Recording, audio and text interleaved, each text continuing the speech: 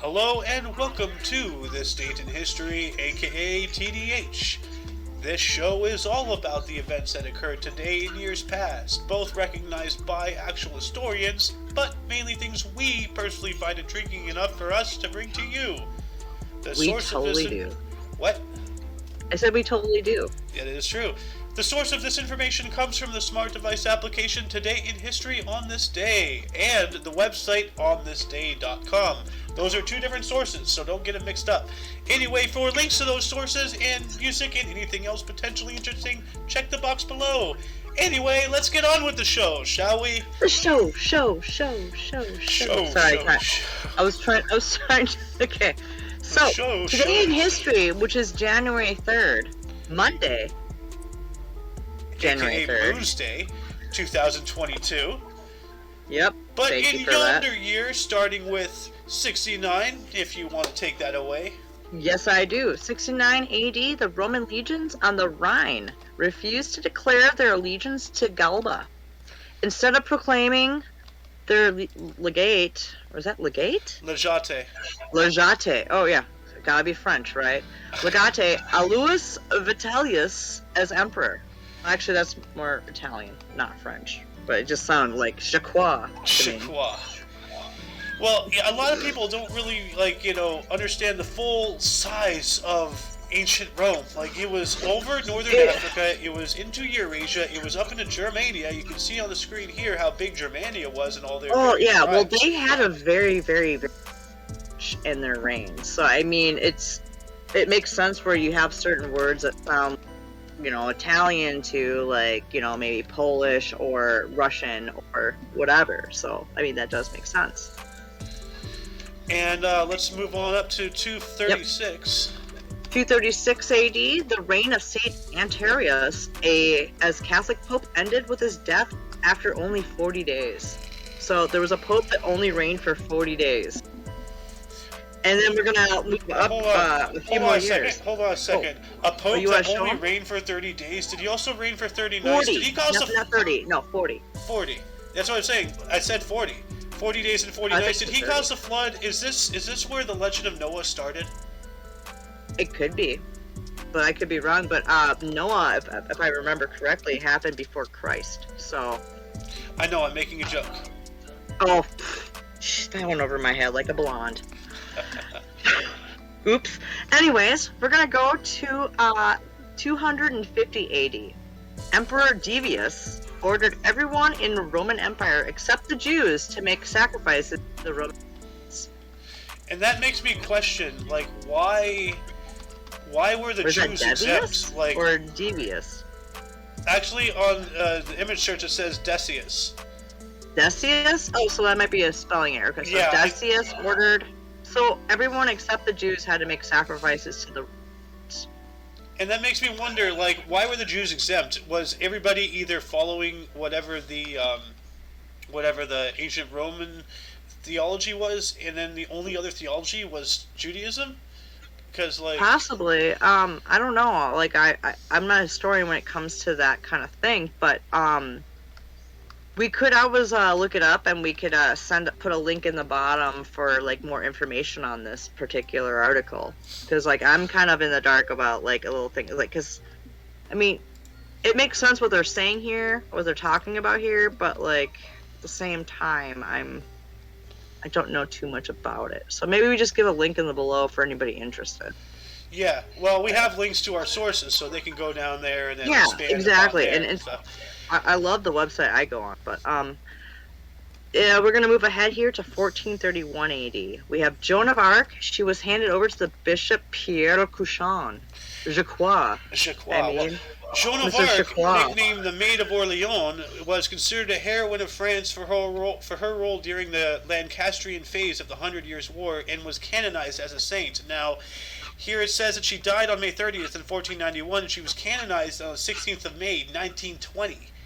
So, jeez. That's a little late, but... Yeah, finally, after hundreds of years, they finally recognized it. Better late than never, but, yeah, exactly. Well, no, she had a good role in for, what she did, but, and what happened to her is just sad. That's a bad way to die. It was. Getting burned at the stake, that's horrible. Well, it's kind of like the Salem witch trials. It's like, what's up with men wanting to burn women at the stakes? Well, no, they didn't just burn and torture women and stuff. There was a No, lot of male. they tortured stakes. They Buddhists. They did everybody. Yeah. Well, like, you want to know one of the most badass stories to ever come out of the Salem witch trials? What? There was this old guy, and apparently, like his wife or daughter or something, like something involved with his family. They were being suspected of witches or whatever, but they couldn't be found. So they captured this guy, and then they laid him on the ground and put a board over him, and then just over the course of multiple days, piled rocks on top of him, slowly crushing him to try to get a confession out. And his last words were "more weight." So more weight. More weight, as in, like, it was an act of defiance. It's like, spitting in their face. It's like, oh yeah, I'm still alive. More weight. So they kept adding rocks until he just after 3 days he couldn't breathe agony, anymore. It crushed his. Well, no, like it was designed to do that slowly, like That's painful. It is. Remember how, like, the rack? Remember the rack? How they stretched? It was just slowly agonizing. It's the same binding idea. and quartering where they to do that. Like, instead of the rack, they had like the old school way where they just had like 4 horses tear your limbs off of your body. Yeah, that's called being drawn and quartered. Yeah, drawn and quartered. That's right. Anyway, let's move on up. Yeah, let's move on up because we're at 1496 where Leonardo da Vinci unsuccessfully tests a flying machine.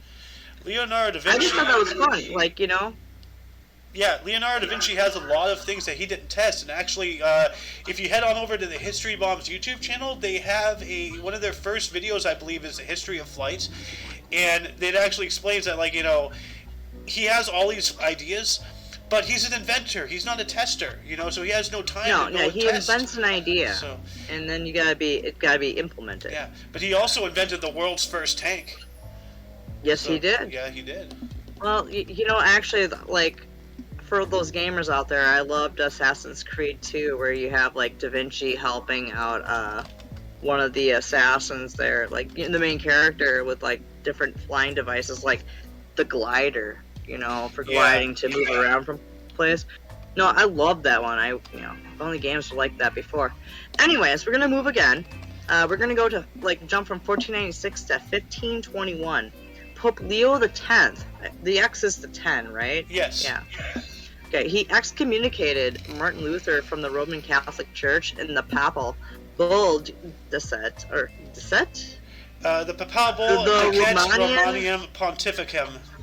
Yeah, Pontificum, for failing to recant his parts of the 95 Thesis, which started what they want to call the Protestant Reformation, but it's more so the Lutheran Reformation. It's the 95 laws he nailed to a door, saying that, like, you shouldn't pay your way into heaven, and that people, like, earn the way through good deeds, not by paying money to the church. Exactly. Essentially is what I was taught learning. George Carlin, makes a really good point. Like, God is, all-knowing, all-everything, but he just can't handle money, So yep. I guess that makes me godly too, because I'm broke as F. So. Yeah, I learned how to, like, money manage thanks to my family, and actually when like schools taught you how to balance a checkbook. They don't do that anymore. But we're gonna move up from there. That's aside from the point. We're going to 1746 from 1521. We're moving to 1746 now. And this is Bonnie Prince Charlie, quote unquote. Like, there's quotations here. Prince Charles Edward Stuart's army leaves Glasgow, Scotland. Now, I don't know too much about this. What does your web search show? Let's see here. He left Scotland. He left Scotland for good. Prince Edward Charles. He left Scotland for good. Edward So Stuart. This was a tactical retreat. He was he wasn't moving. He wasn't mobilizing out. He was going home. Oh no, he was just getting out of there. It's kind of like how we just abruptly left Afghanistan recently. Well, that's another day in history. So we're gonna go to 1749. We have Benning Wentworth. He issued the first of New Hampshire's grants leading to the establishment of the state of Vermont. Well, before even the state, it was a territory before it was a state. But if you check on my stream here, I have a little map up here. The Vermont, maybe it was a state, maybe it was a territory. What makes a state a state? The ratification of Constitution? Correct? I believe so, or them recognizing the Constitution as a state. Well, that is ratification. Yeah. I'm not a historian.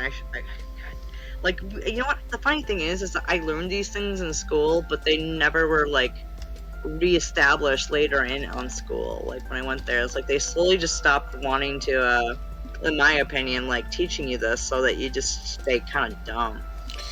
Oh, but that's my theory. I will work on it. We'll talk about that in the Jabberwocky. Yes, we will. Okay, so we're going from 1746 to 1749 now. Benning, no, that's the Vermont. Yeah, 49 again. Sorry. Once again in 1749, on the same day, same time, same year. Yep. The first issue of the Berlingske, Denmark's oldest continually operating newspaper, was published. Berlingske. Yeah, Berlingske. Yeah, we're still in the same year. I'm sorry about that. No, that's all right. Yeah, it happens. But looks like something happened the next year after that that's somewhat relevant to us. Yeah, in 1750, the tax revolt in the Haarlem. Apparently, people, Haarlem in the Netherlands. They had a tax revolt in 1750 this year. On this day. On this day. On this day. On this day. But yeah, it may be a small thing, because I mean, a lot of people are like, oh, Netherlands, they all think the Netherlands, are like, they're the red district and the red light district, and among other things, legalization of, they had a back in 1750 today. I just gotta move one thing so I can read this better. But we're gonna move from 1750 to 1777. During American it sounds like something during the Revolution, right? It sounds quite. It's 1776 is when we founded this country of ours, great state of the United States of America, or declared independence. Yep. Well, in 1777, on January 3rd, the American general George Washington, our first recognized American president, he defeated the British general Lord Cornwallis at the Battle of Princeton. That's huge. That is. Now, speaking of presidents, I didn't know this really until the other day, but there's a video out there, and I got to show it to you at some point later, but George Washington was actually the fourth president of these countries, of these lands. Yeah, exactly. No, he's not the first actual recognized president. He's the first president. Official. He's the first president of the United States of America, but before we were the United States, like between 1776 and... Before, there's actually 15, I heard. I've heard different numbers. It changes. We gotta look into this more deeply. But. Yeah, well, as I was telling you, I believe it was 4 different people, because between 1776 and 1783 or something, our country, it wasn't the United States. Like, we went through different changes, different forms of government and everything. So weren't. It wasn't like we declared independence and boom. We had the Constitution and the Bill of Rights and all that stuff done. No, that took over a decade. So actually though, they say that George Washington was the president of the established United States, but I've heard somewhere in a number of between like 10 people and 16 people, somewhere around there. I can't remember. But, I remember hearing this in a podcast that there were previous presidents to George Washington. They were just not recognized because we were not officially a country at the time. But they still had a huge major role. And maybe, for a Sunday Jam, talk about that. Maybe we should have a 2-hour-long episode on Sunday to really... just to go into depth of, the whole founding of our country. That would be really cool. Yeah. So, for those who are watching this, called the Sunday Jabberwocky, where we just kind of kick the peanut around, talking about things, and we also take any comments of what we should talk about is also appreciated. So, but we're gonna go from that to 1780 now. So this is just kind of a weird thing because I thought King Kong when I saw it so I was like, oh, this is kind of funny, but it's actually kind of interesting. In 1780, the Danish national anthem, Kong Christian, which actually has a ... after it, and I never looked to see what the rest of it was because we just started laughing about it. It was the first time the Danish national anthem, Kong Christian, was ever sang. Now, let's not say we laughed at it. That's disrespectful. We laughed at the name of the Kong. We didn't laugh at. We're not mocking your national anthem, Denmark. No. Please don't take it that way. No, we're not. I just laughed because I saw Kong and I was like King Kong, and I just like went into this whole guerrilla warfare thing, and it was really ridiculous. Oh my god. I know. There I go again. Here I go again on my own. Okay. Anyways, I gotta scroll down. I gotta move a candle here to see my little things of our day in history. I know. Oh boy. Alice is handling live fire. That can't be good. Oh Jesus. Cheese and rice. All right. So we go from 1780 to and we jump ahead. What is that? 25 years? No, 80. Yeah. 1780 to 20. No, 30. 35. Yeah, 35 years. So in 1815, the United Kingdom, France, and Austria, they formed a secret defensive alliance against Prussia. Not Russia, but also Russia as well. So Prussia. There used to be a Prussia and Russia. Yeah, but isn't that where they basically said that? No, we talked about this yesterday, where they said that you couldn't 26 nations made a pact where you weren't going to make secret peace pacts with the Axis countries to the Allies. Oh yeah, the 26. But this is 1815, and so this. All this political trickery has been going on for thousands of years. Yeah, but we're talking about this, but this is funny how this is like 100 years and some change. But still something sounds quite familiar. Now wait a minute, I'm seeing something here about the Triple Entente. So would this be the Triple Entente? Wait, no, that's 1900. No, that's a whole 100 years after. So yeah. We're at 1815 right now. Yeah. So, and moving along to 1823, a few years later, we got Stephen F. Austin. He receives a grant of the land in Texas, forming the government from the government of Mexico. And Stephen F. Austin, he's the founder of the state of Texas. Yeah. Or at least the region of Texas, which eventually did become a state. Because remember, you know the amusement park Six Flags, right? Yeah. It's called Six Flags Over Texas. No. Well, that's why they're called Six Flags. They started in Texas, and the reason why they're called Six Flags is because Texas has so far throughout history been under 6 different nations. I can't believe I didn't know that. Yeah. Maybe I did, and I just forgot. I'm not going to get this in order. I know the United States was on there twice, I believe, but they were under Mexico. Yeah, they were between Mexico, the Spaniards, Spain, I'm sure, independent. Texas. Yeah, Texas has always been under war for a long time. And that's why Texas, they have such a good heritage. In my opinion, I think Texas's history is actually really interesting. Actually, but I've never gotten fully into it. They were under Spain from 1519 to 1685. Then they were under France from 1685 until 1690. And then they were French back had Texas for a little bit? The Jacquois had Texas? Yeah, the Jacquois had Texas for 5 years. Those Czechs?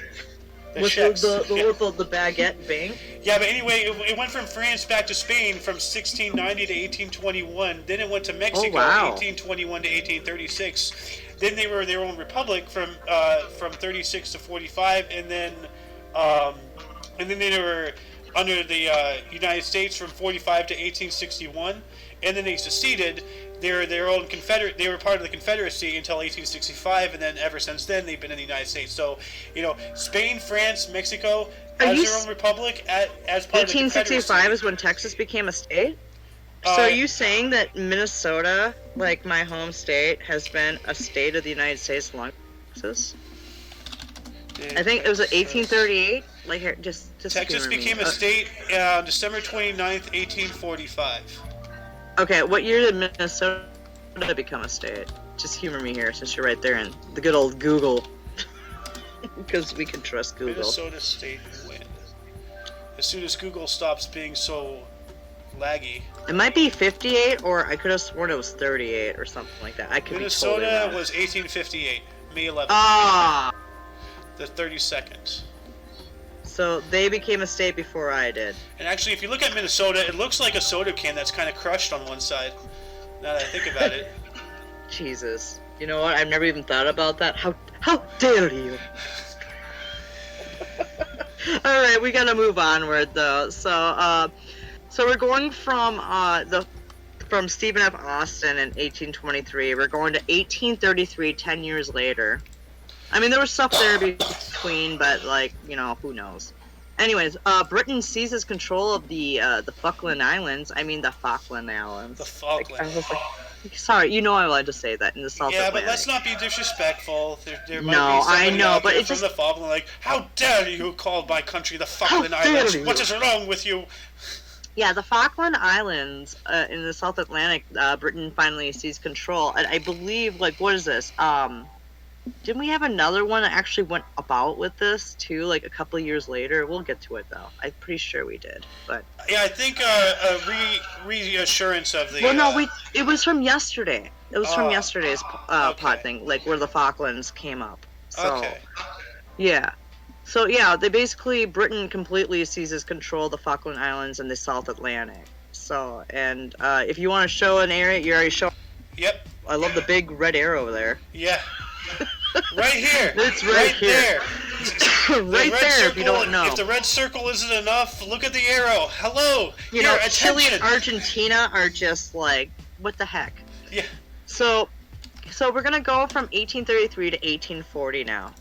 We had the first deep sea soundings by James Clark Ross in the South Atlantic at 2,425 fathoms, which is also, if you want to flip it over, it's 14,450 feet roughly beneath the sea. But he does his first sea sounding.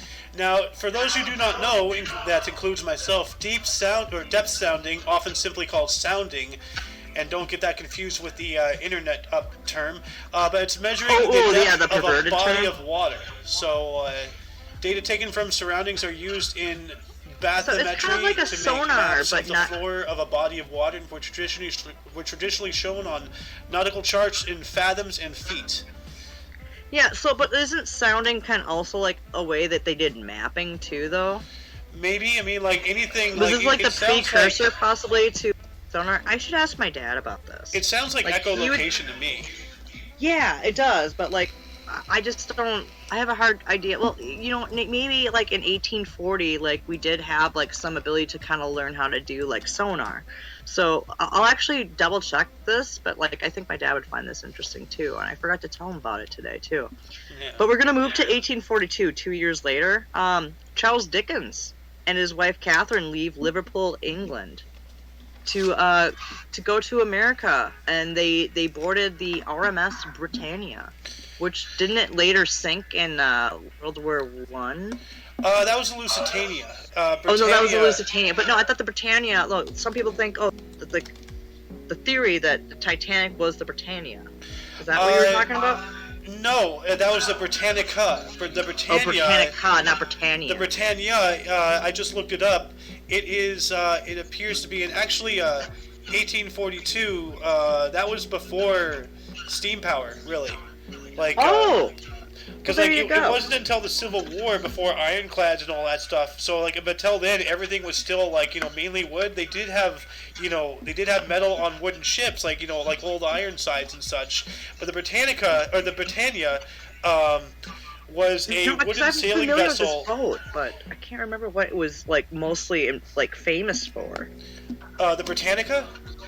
No, the Britannia. Like, Britannia. I know, like, the Britannica and the Britannia are two different boats, but, like, I could swear, like, the Britannia was also famous for something else. Well, I was about to get to that. I believe that the Britannia might be the first ship to have been built with a steam engine, because I'm looking at pictures here right now.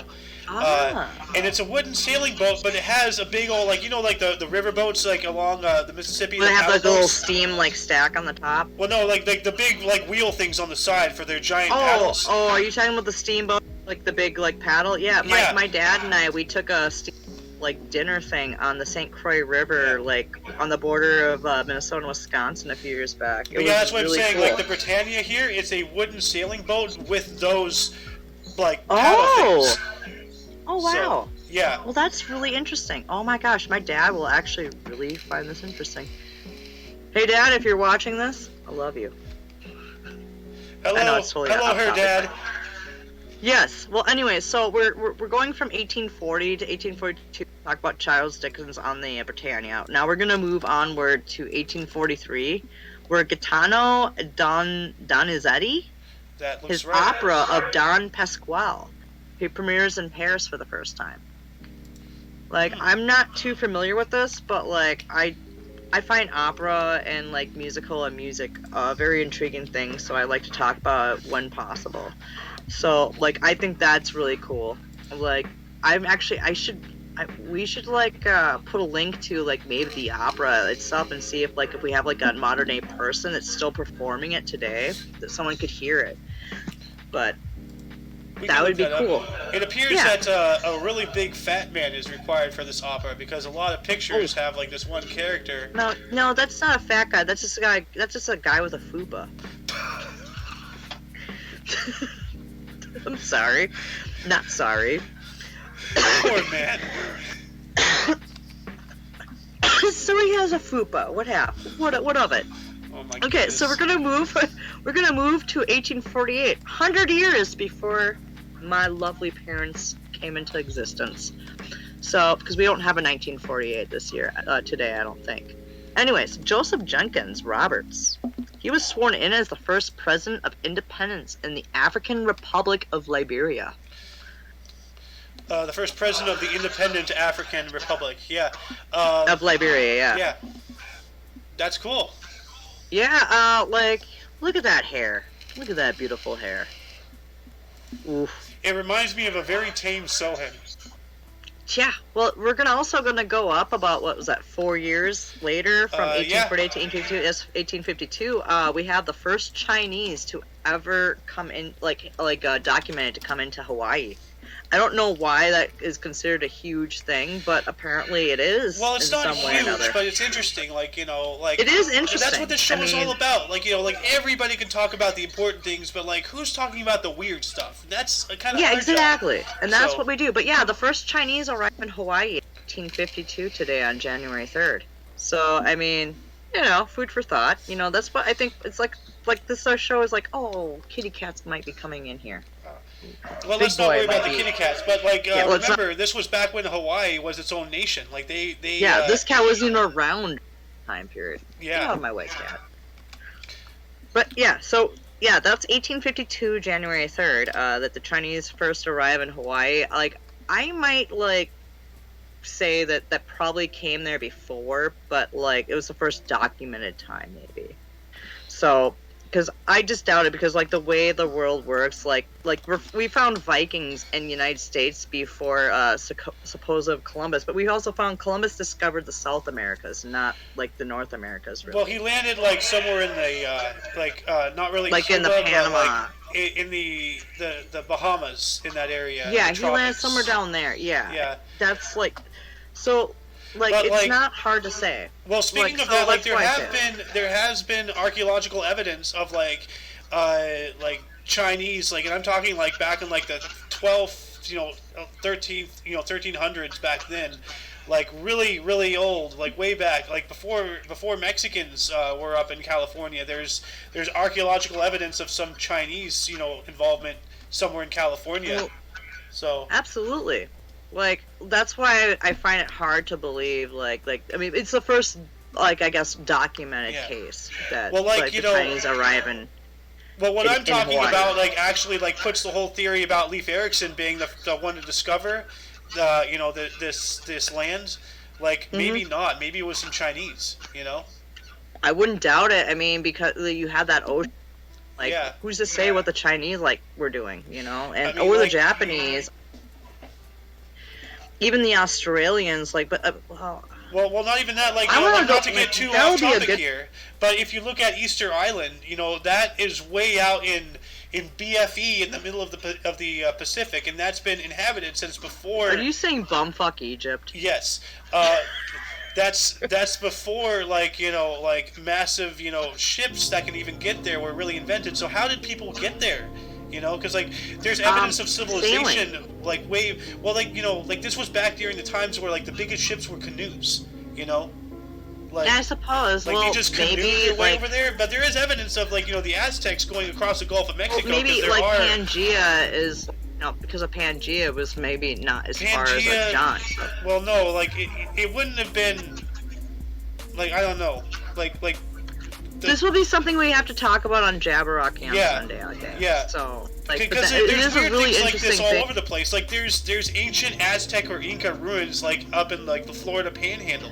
Well, you know, they so even there's have like, they even have like signs of like Asian influence in like Mayan ruins. Same with Egyptian, like homages, like here in like South America.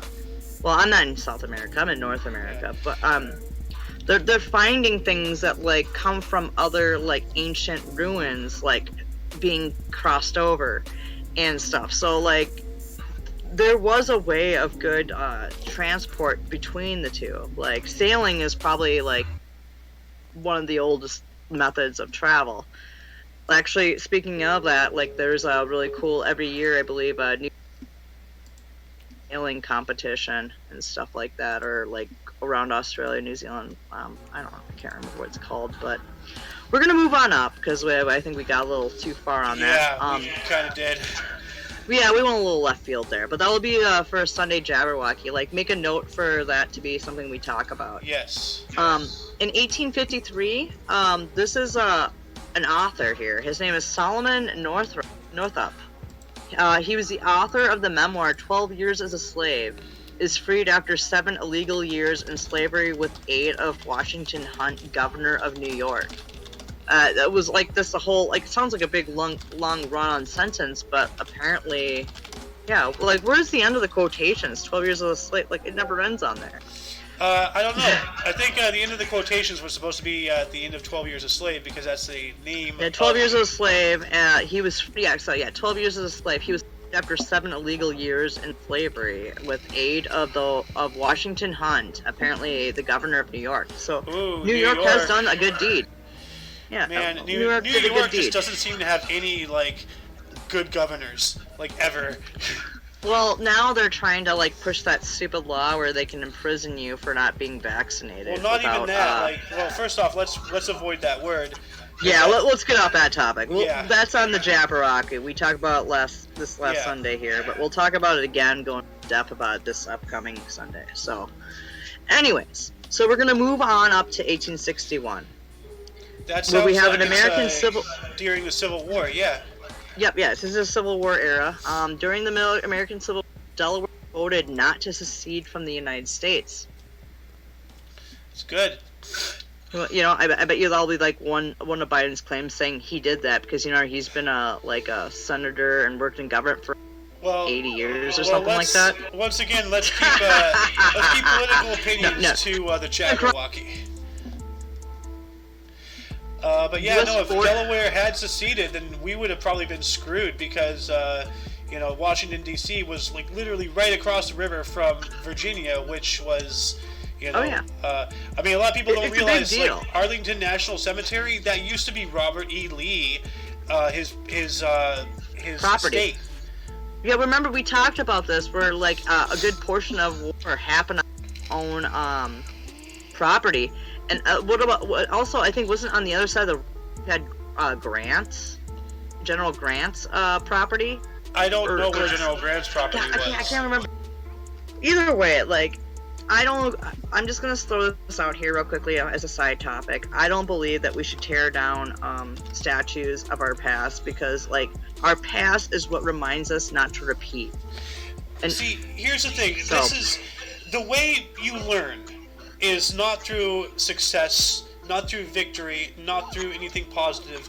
You learn through the negative. You know, you don't go through something and be like, oh, hey, that was pleasant, I'm going to learn from that, you know. I mean, like, you know, yeah, maybe you'll do that, but, like, that's not how you actually learn. Like, didn't you learn Edison from your say mistakes, you know. Like, we can't erase history. No matter how bad or good it is, we got to keep everything. There's a yin and a yang. There's a bad, there's a good. And without the bad, we don't know how good the good is. So, you know, you got to keep everything and cherish it, you know. Like, even as people as awful as, like, you know, like, as Joseph Stalin and such, like, you know, they were terrible people and did terrible things, but they were visionaries in a sort. Like, well, not really. Well, not I guess you can argue that, but like the whole point I'm trying to make is that, like, those who do not learn from history are doomed to repeat it. You know, that's a tried and true saying. Yeah, that. And whereas history may not repeat itself, it does a very good job mimicking.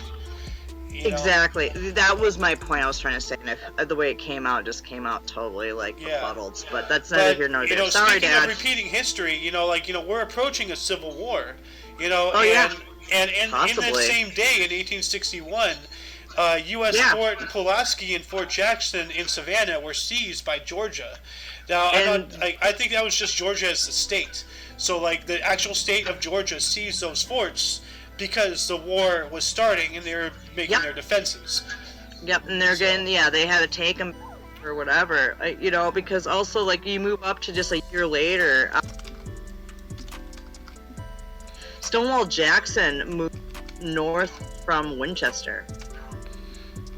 I mean, and this is, like, I know across, but, like, it's still, like, had, like, effects and ramifications out here, I believe, with some of the things. Because, I mean, even though we had already from Britain, we're still reliant on certain things from them, and I believe, like, this had, like, an impact on certain things that were between the United States.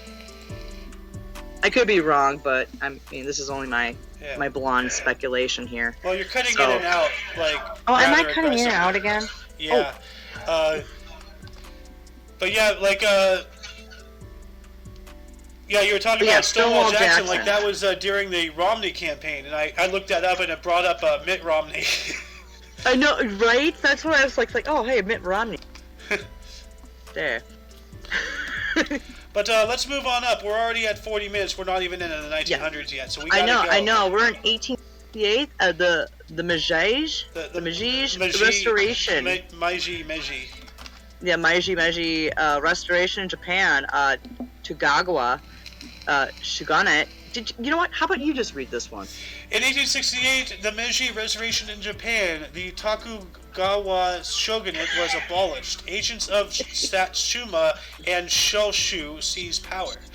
And Shoshu. Yeah. They seized power out there. Yeah, they seized power during the Meiji Restoration. Which Did you look it up? I'm not too familiar with the Meiji Restoration. I've never even heard about this. So it is referred to at the time as the Honorable Restoration, and also known as the Meiji Restoration. Revolution, reform, or renewal was a political event that restored practical imperial rule to Japan in 1868 under Emperor Meiji. Oh. So they went back to, that's right, they went back to samurais and all that stuff. Like, they were, like, there was a point where they were trying to, like, westernize, like, you know, because, like, they were really... Yeah, because you had the British... Well, no, like, they were really cut off. Like they were basically the ancient version of North Korea. Like, they were cut off from the rest of the world. Everybody else was advancing, but they were so, you know, stuck in their own culture in their own time that they were almost 100 years behind everybody else before they realized, like, hey, we gotta, like, stop being so self-involved, you know? Like, yeah. But no, there's nothing wrong with holding on to culture at all. Like, I do believe that's a good thing to do, is hold on to the past, because otherwise, like, you're doomed to repeat your terrible pasts. Exactly. What did we just talk about? But also, like, exactly. I know, we did. We just talked about it. Because, like, we're going to move 2 years up to 1817, or 1870. The construction work began on the Brooklyn Bridge of New York in the United States here. It was completed, though, in May 24th, 1883, but the Brooklyn Bridge started its construction today, in January 3rd. 1870. Back in 1870. Yeah. 13 One of, years like, to it's build a that very thing. old... Dude, that bridge is still going strong, Yeah, too. well, look at how it's built. It's all stone. Like, if you look at everything, like, even up to, like, 1980, things were built to last. Things... Exactly. Well, look what happened to... Do you remember what happened in 2007 in Minneapolis? The I-35W bridge collapsed. 5W.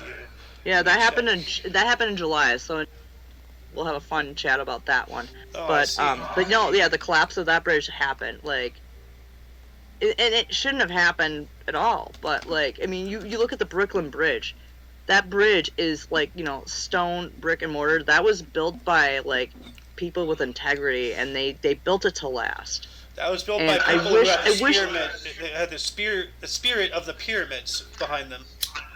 Oh yeah, I believe that if we went back to that, sure, it might cost a little more to do it, but what's the end game? It would cost a lot more than a little more. It would cost a lot. Dude, the Brooklyn Bridge should be one of those how they had the 7 wonders of the world. It should be another. I can't believe it's not. But, the pyramids are one of the great wonders of the world. The way they built the Brooklyn Bridge is just absolutely astounding. But remember, I think yesterday in history, we talked about, the first suspension bridge being built in the United States, too. Yeah, well, it wasn't a suspension, it was a cable bridge. Oh, yeah, cable bridge. You're right. Cable bridge. Thank you. I looked it up, and back then, the bridge cost $15 million at the time, which is, as of May 24th, 2017, it would be $3.5 billion. So there's no way in hell we would ever build anything like that ever again with that kind of. We should though. That bridge. Look at it. It's still standing. It's a very old bridge. We should actually look up and see the oldest still standing bridges working today. I bet you Brooklyn's up there.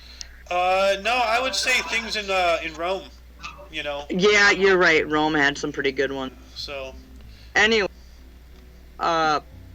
we got the Brooklyn Bridge here. We're going to go to 1872 now. The first patent list issued by the U.S. Patent Office. So, where they released, I think, the list of patents they've made. But it was the first list ever issued by the U.S. Patent Office in 1872 today. Nice. Indeed. We're going to go to 1885, the beginning of the Battle of Neuboep, in the Sino-French War. Sino-French War. What is the Jacquois War? The Jacquois War. Oh, that's in China. Yeah. Yeah, the Sino-French. Yeah, that happened today.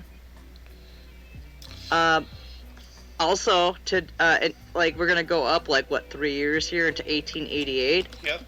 For all those fun people, all those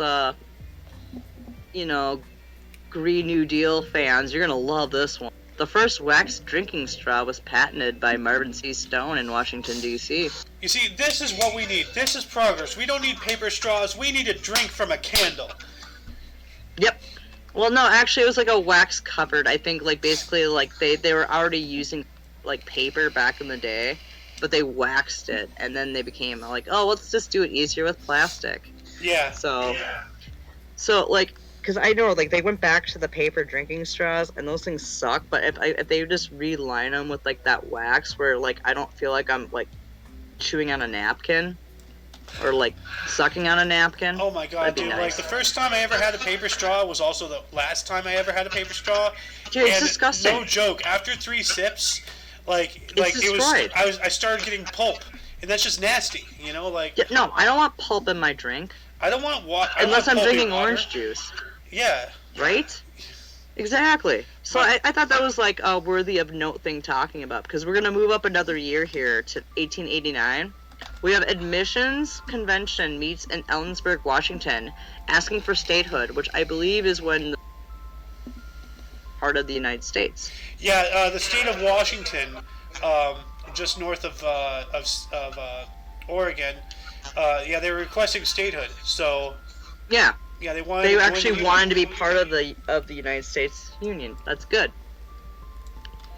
And then we have something interesting happened 1 year after that.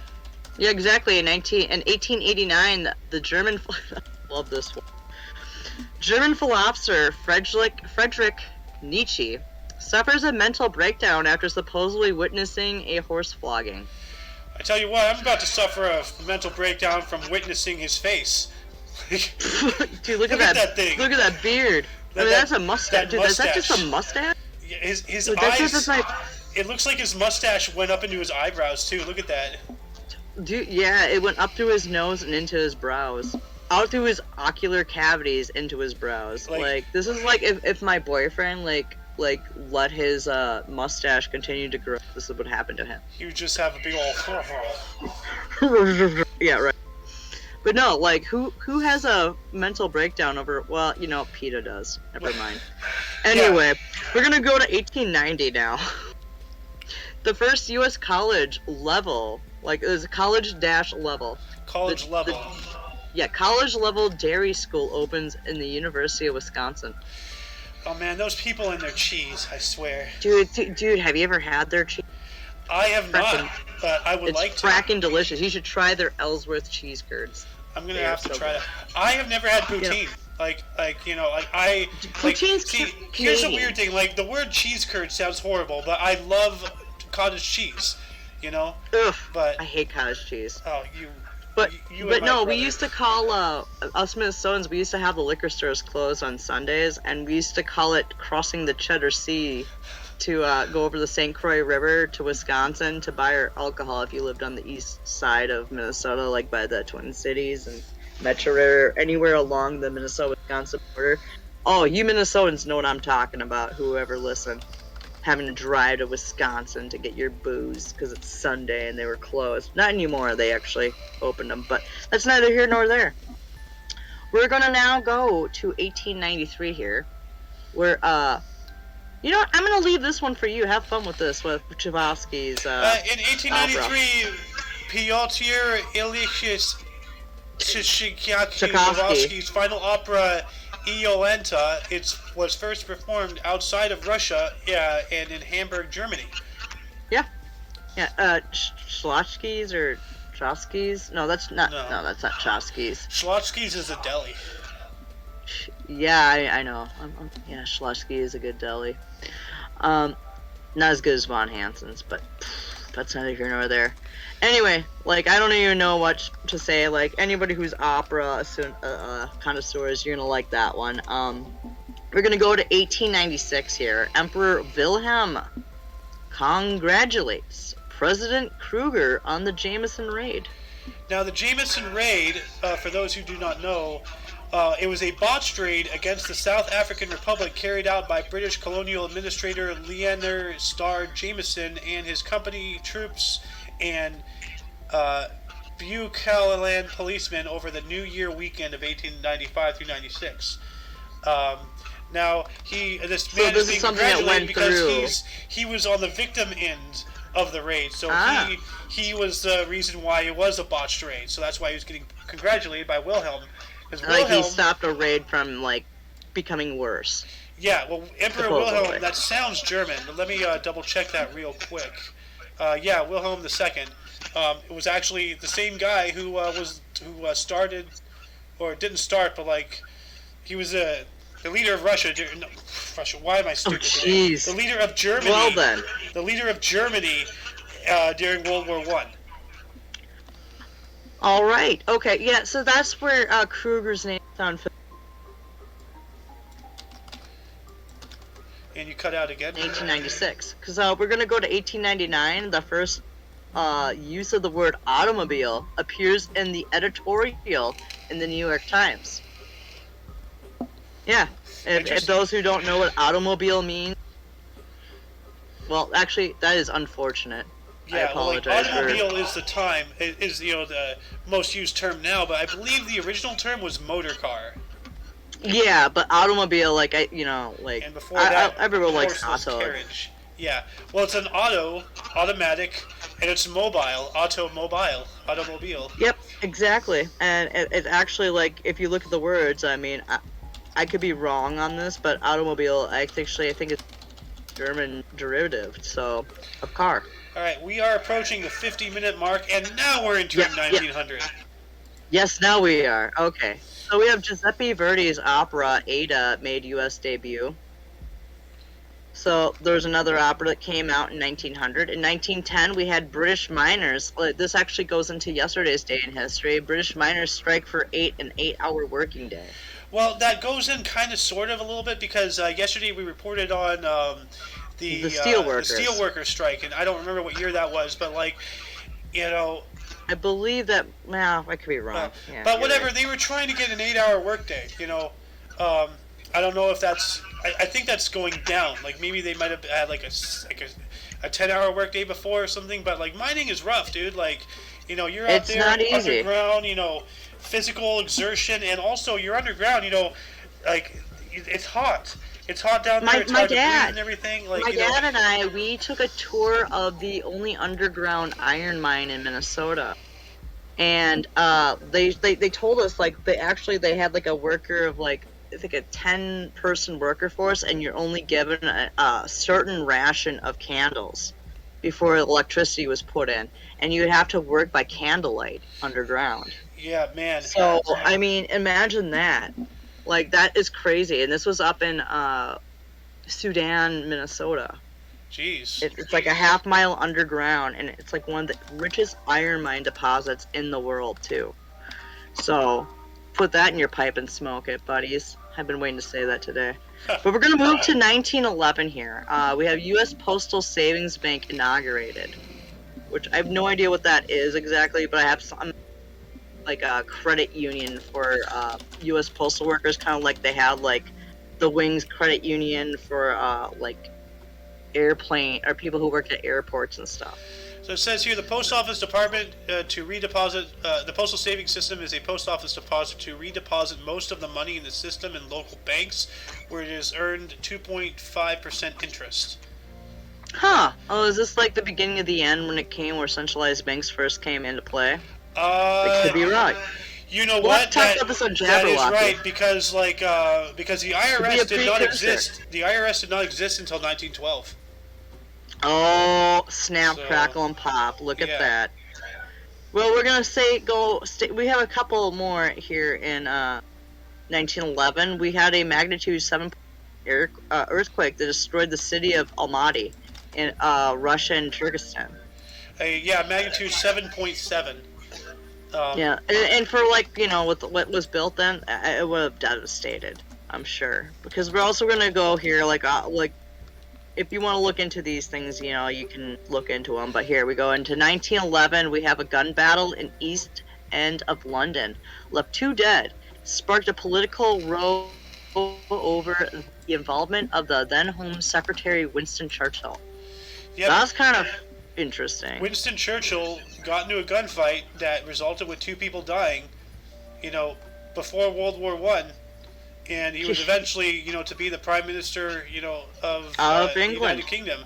So that man straight up probably murdered, you know, a bitch. You know, who knows? Or he self-defended himself like Kyle Rittenhouse did. Well, that's probably most likely the case. You know, like he didn't go out and murder somebody, but no, I refer to murder as, you know, any form of killing. You know, be it defense, offense, whatever. Murder is murder. Fair enough. You know, murder is murder, but yes, it is. But saving your life in order to keep your life alive, you know. Self-defense, you know, does have its own merit, but that's a conversation for another day. We're not here to discuss we'll talk about that in the jabber. Semantics about that. Yeah. We're gonna go into today in January 3rd history. Same day, same year. We've got 4 of them here. The government of India announces that the emigration of Natal, South Africa, is prohibited with effect from July 1st. I think to July 4th. I think they prohibited emigration from a country for like a year or like a few days. Like, remember how this one like kind of ended kind of weird for us when we were looking it up? But I never fully looked into it afterwards, like, because I was like, oh. Well, there's a difference between immigration and emigration. Yeah, emigration is the act of leaving a resident country or place of residence within. So people can't leave their country. So what Nobody they did was from they prohibited people from leaving, not from coming in. Immigration is in, yeah. emigration is out. You're right. You're right. You're right. Okay. Yeah. So for a few days or just maybe a year, I don't know. It starts or it went into effect July 1st of 1911. I don't know Well, when it got lifted. We should have looked up when it got lifted. well, it was worded my really fault. weirdly. It says it's Yeah, prohibited it with effect was. from 1 of the July. So see, here's the thing. I was thinking about this, like the way politics, like are played, as with everything else, it's ever evolving. So I'm thinking maybe they made this to lock it in and get it ready for the next year, because as some kind of move. Because like if you make something a law and everything, and like have it far enough away before it takes effect, eventually people forget about it, and by the time it takes effect, Exactly. now they have to fight while it's actively inactive. So maybe this could have been, especially because they're prohibiting people from leaving, they put this and let people have like almost a whole year to forget about this. And then they're like, all of a sudden, oh yeah, you can't leave anymore. They're like, what? It's like, oh yeah, remember last year we passed that? Yeah, like, oh crap, we forgot. Oh, Like, oops. that's how we got you. Like Yeah. political trickery. Yeah. Well, we're gonna move to 1912 now, but yeah, like we'll leave all like we said, we have our links to the stuff in the description below. So we're gonna go to 1912 here. The Southern Pacific Railroad offers to bring Liberty Bell to the Panama Pacific Exposition in San Francisco for free. So they wanted to transfer the Bell out here in Pennsylvania Well, I don't think they were to going an to. exposition. I don't think they were going to transfer it like permanently. It was just going to be like No, it was just going for an exposition where Yeah. people could see it instead of like traveling all the way out, because cost of travel back then would, and the Liberty Bell is kind of cool. I'm still yet to go see it, and I'm not far. Like I'm like an hour and a half away from from Philadelphia, and I do want to see the Liberty Bell event. I have an interesting story actually. Now that I remember it, like way back when I was in high school, like I went with my family, visited the East Coast. We went to Washington D.C. and Manhattan, nice. New York. Now, when I was out there, like I wanted to, we went to Arlington, and I wanted to see the Iwo Jima monument. Like them raising the flag, on Suribachi and everything. But we never got around to it. Like it's like we didn't have like all the time to do everything we wanted to do, like as per usual when you go on vacation. But like even in like something as theoretically small of a landmass as Arlington National Cemetery, there's just so much to do. Like you can spend a whole week there and still not cover everything. But we never got around to that. But then. Did you know Bob Dole founded I'm not the? done. I'm not done. Like, but then we went out to Manhattan and everything. We went out to this aircraft carrier museum out there, and just by happenstance, they had that statue on loan from Arlington there. So I got to see it, and Nice. and it was purely by accident. Like it wasn't that we went to Arlington and looked for it and it wasn't there. We just never got to it. It's one of those like like the universe is being nice to you moments, like Serendipity. like it was like a second chance. Like it's really weird how things like that happen. That's really cool. Yeah. Like my first time in ever visiting Washington D.C. was here in 2020. 2020. Sorry, my bad.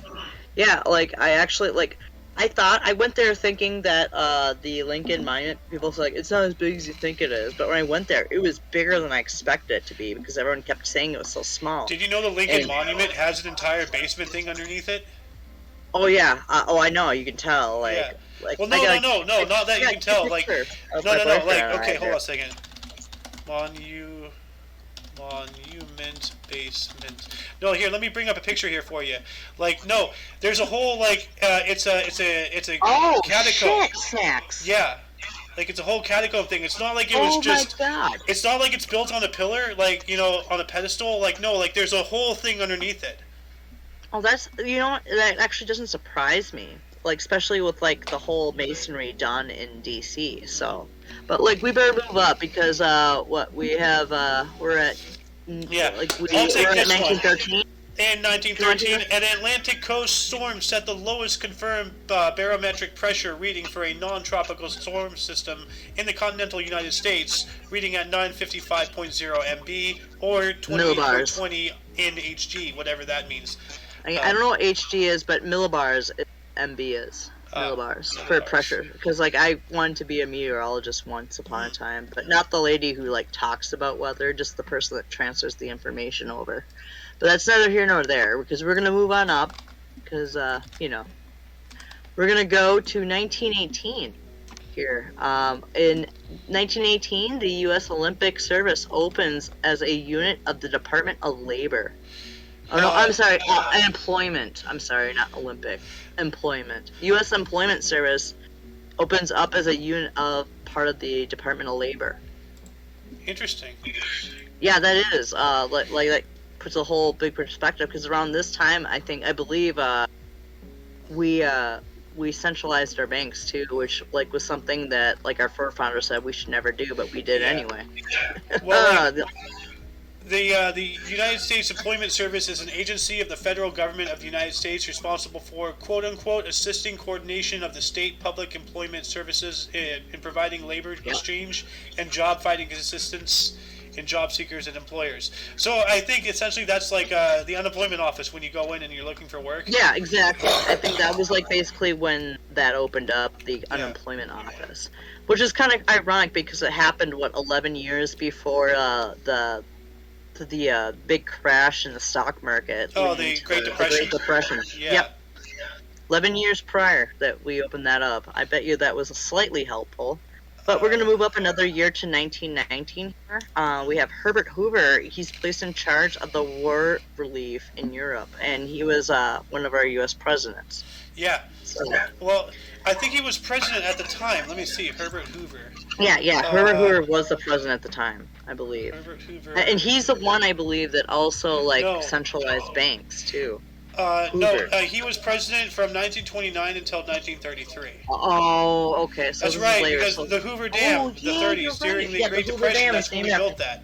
The Hoover Dam was a massive government industrial project to try to, fix the, that was part of his New Deal. Was Herbert Hoover the New Deal? I don't know, but I do remember my dad. He actually took a tour of the Hoover Dam. I've always wanted to take a tour of it, and he told me that there's still like cement resting and not fully dried in the Hoover Dam. And the reason for it is so that if any seismic activity happens, the fact that some of this concrete isn't fully set, it gives it room to kind of wiggle a bit. Mm-hmm. But at the same time, I don't know. My dad could actually better explain this sometime. Maybe we can get my dad on.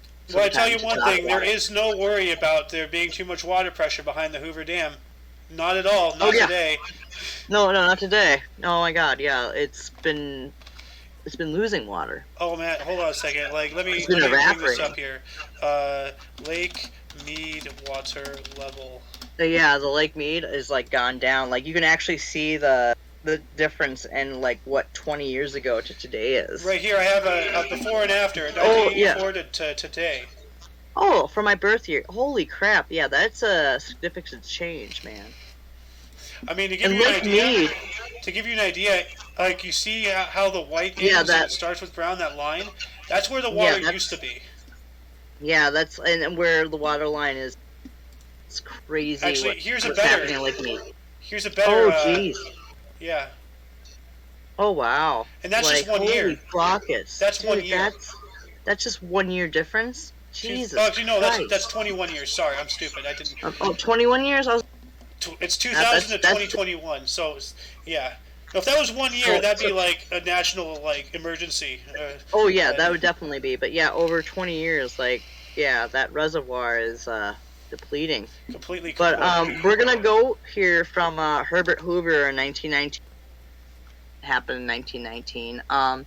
The Fasal-Weizmann Agreement, which was a short-lived agreement for the development of a Jewish homeland in Palestine, is signed by the King of Iraq and the President of the World Zionist Organization. Do you want to look up more in depth what that one's all about? Not really, because anything involving Zionism always leaves a bad taste in my mouth. Those people are always trying to ruin the world. The Zionists. The last book I ever read, well, not the last book. One of the last books I read was The Gates of Zion, which is like partially like factual book, but partially like story made, like of it. But like some of the information in that book was accurate, but it's crazy what happened during that time. Maybe that will be a Jabberwocky conversation for another day. But we're gonna go from 1919 to 1920. We have over 640 people perished after a magnitude 6.4 earthquake that struck the Mexican states of Puebla and Veracruz. So I'm looking at it here, and it looks like it's in the southern area of where But Mexico and the Gulf of Mexico is. it. Veracruz and Puebla the is area. right here, so it has to be around in there somewhere. And it's like a loss of 640 lives. That's a lot. I mean, this is before like we learned like structural engineering way better, but I mean, it's still sad because there's still countries out there that like haven't like gone up to date like first world countries have when it comes to structural engineering. So I mean, this is a big deal, but like it's crazy that happened. But like it shows you that, you know, earthquakes happen. Yep. So we're gonna go to 1920 again here. Arthur Honegger's. Now let's be careful with this. Let's be careful with this word here. Yes. Arthur Honegger's Jean de Nigamon. Nigamon. It premieres. Nigamon. Is that? Yeah. Nigamon. So not to be mistaken for any other words that you might think, but yes. The chant de Nigamon was premiered. I probably am saying it totally wrong, but I just pronounce it Nigamon, like Digimon. Digimon, yeah, like Digimon, like that stupid little like. Hey, I like Digimon. You have with your pet, dude. Whatever. You're one of those. I am one of those. I also like my steaks well done. Burn them to a crisp. I want char. I want to bite into a steak and have a crunch. Nope. Medium rare, baby. Medium rare. All right. So we're gonna go to 1920 again here, or 1921. I'm sorry. Yeah, we have Turkey makes peace with Armenia, which is a big deal. Yeah. Like with that, like, you know, it's part of the like the Baltics, right? Just underneath it. Just underneath it. Yeah, Turkey, Armenian, SSR. So it looks like, well, that's something else. 1921. You know what? Yeah, they were part of the USSR. Yeah, they were. Yeah. Yeah, Armenia and Turkey at one juncture I think were, but then they like seceded from it. Because like the Soviet Union started in what, 1917 or something? Something like that. Actually, like we'll find out. I'm sure. Find it. You know what? We have the technology. We have the technology. We can do it. So we're gonna go from 1921 to 1922 here. The first living person identified on the U.S. coin, Thomas E. Kirby, is on the Alabama Centennial $50. Is that this guy? That looks I think so. No, that looks like. Looks like Kennedy, but yeah. It's not. Hold on a second. But no, that might be him. But yeah, Thomas E. Kirby. Thomas E. Kirby coin. Let me look this up here. Well, this is popping up again, so. Yep. Okay. Yeah. So that was him. Yeah, that's our 50-cent coin right there. I have a couple of those. I've always wondered who that was. Dude, actually, I just got one of those at work the other day. I was like, 50-cent coin, son of a bitch. Dude, I love 50-cent coins. No, I love them, but they're not fun. Count your safe and your bank at the end of the day. So that's that way. But yeah, he was the first living person identified on a for the Alabama Centennial $50. Huh. Yeah. We're gonna move up a couple more years to 1925 here. Benito Mussolini dissolves the Italian Parliament as dictator of Italy. Yeah. Titling himself the Second Deuce. No, Il Deuce. Il Deuce, no, the leader. Il Deuce, I'm sorry, but it looked like the Second Deuce, and I just like went into like a different world there. I was like, oh. Well, no. The Second Deuce would be Hitler because Mussolini was Hitler's idol. Like Mussolini invented fascism. No, he didn't invent it. Yeah, he did. Are you sure? Yes. Because we have Karl Marx. So what Hitler did. He a thing of Karl Marx and No, Mussolini's ideal. Karl Marx was communist. Well, no, He hated yeah, I know, communists. but Karl Marx though, like fascism is a form of communism though. But like, so he's using Marxism with fascism then. So it's Believe like me, a believe me when cross I'm telling between. you that Mussolini was Hitler's idol. Like, Oh, okay. like in a lot of aspects, like it's not the one who invented it that gets the credit, it's the one who perfected it. So Mussolini invented it, but Hitler perfected it, and that's why Hitler is Hitler. Oh, okay. You know, like that's why people like Thomas Edison is credited with the light bulb and stuff. He didn't invent the light Even though bulb. Tesla was the real creator of the current type of current we use now for Well, electricity. I mean, think about this. Like, the automobile already existed, for at least, a decade or so, Yeah. before the Model T. Like, Henry Ford did not invent the automobile. He Well, it just was actually a perfected steam it. engine on automobiles back then. It was actually a form of a steam. Yeah. Get up And and hand stuff. crank and all that stuff, yeah. Dude, that was before gas. Yeah. Yeah, you know what? Before gas, we had hydroelectric. We got to go back. Is that? We need to go back because it's actually I think it's an effective way, and especially with our technology today, we could make something really good at a cheap price too. But that's neither here nor there. We have in 1926 here also the Doris Pangulis named himself dictator. So also the same day that a year later on the same day, the Greeks named a dictator in Greece. So Yeah. that's pretty interesting. We're gonna go into a little sports here in 1920. Looks This like... one has to do with the Babe. You Ah. know, the good old Babe Ruth. Yeah, baby Ruth, buddy. Okay, so the Boston Red Sox baseball club owner Henry Fraze Freezy or Fraze, I don't know. Fozzie Yeah, Fozzie. Fraze. He announced agreement to sell slugger Babe Ruth to the New York Yankees for $125,000 in cash, and a $350,000 loan to start. And it also basically jump-started the 84-year curse of the Bambino for the Red Sox. Yeah. Like, for anybody that knows, when the Red Sox finally won the World Series, it was a big deal. I remember watching it, and I was even a fan of it. But yeah, it was an 84-year curse of the Great Bambino. Now, speaking of the Bambino, I just pulled up a newspaper here. It says "Curse of the Bambina." Somebody misspelled it. Oops. Yeah.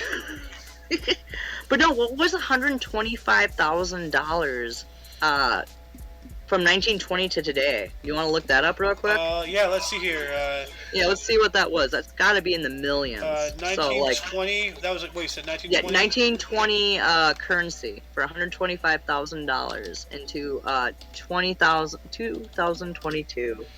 1920.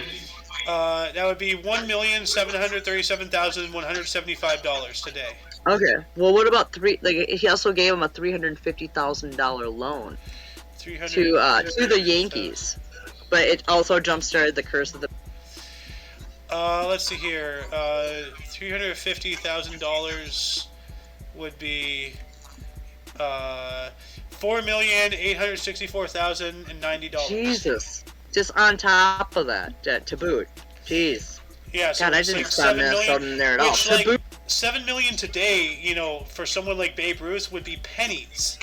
Dude, that's pennies, to what they're paying people nowadays, sign these hundreds of contracts. millions a year, hundreds of millions, and then they go around and say that they're oppressed. Are you kidding me? Oh my God! Colin right? Kaepernick, shut your fat mouth.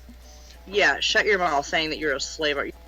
Adopted by white people who raised you well, and you had a good life. So shut the hell up. Yeah. All right, but that's neither here nor there. So, because we got another sports one here. In 1931. We're jumping up 11 years. The Montreal Maroons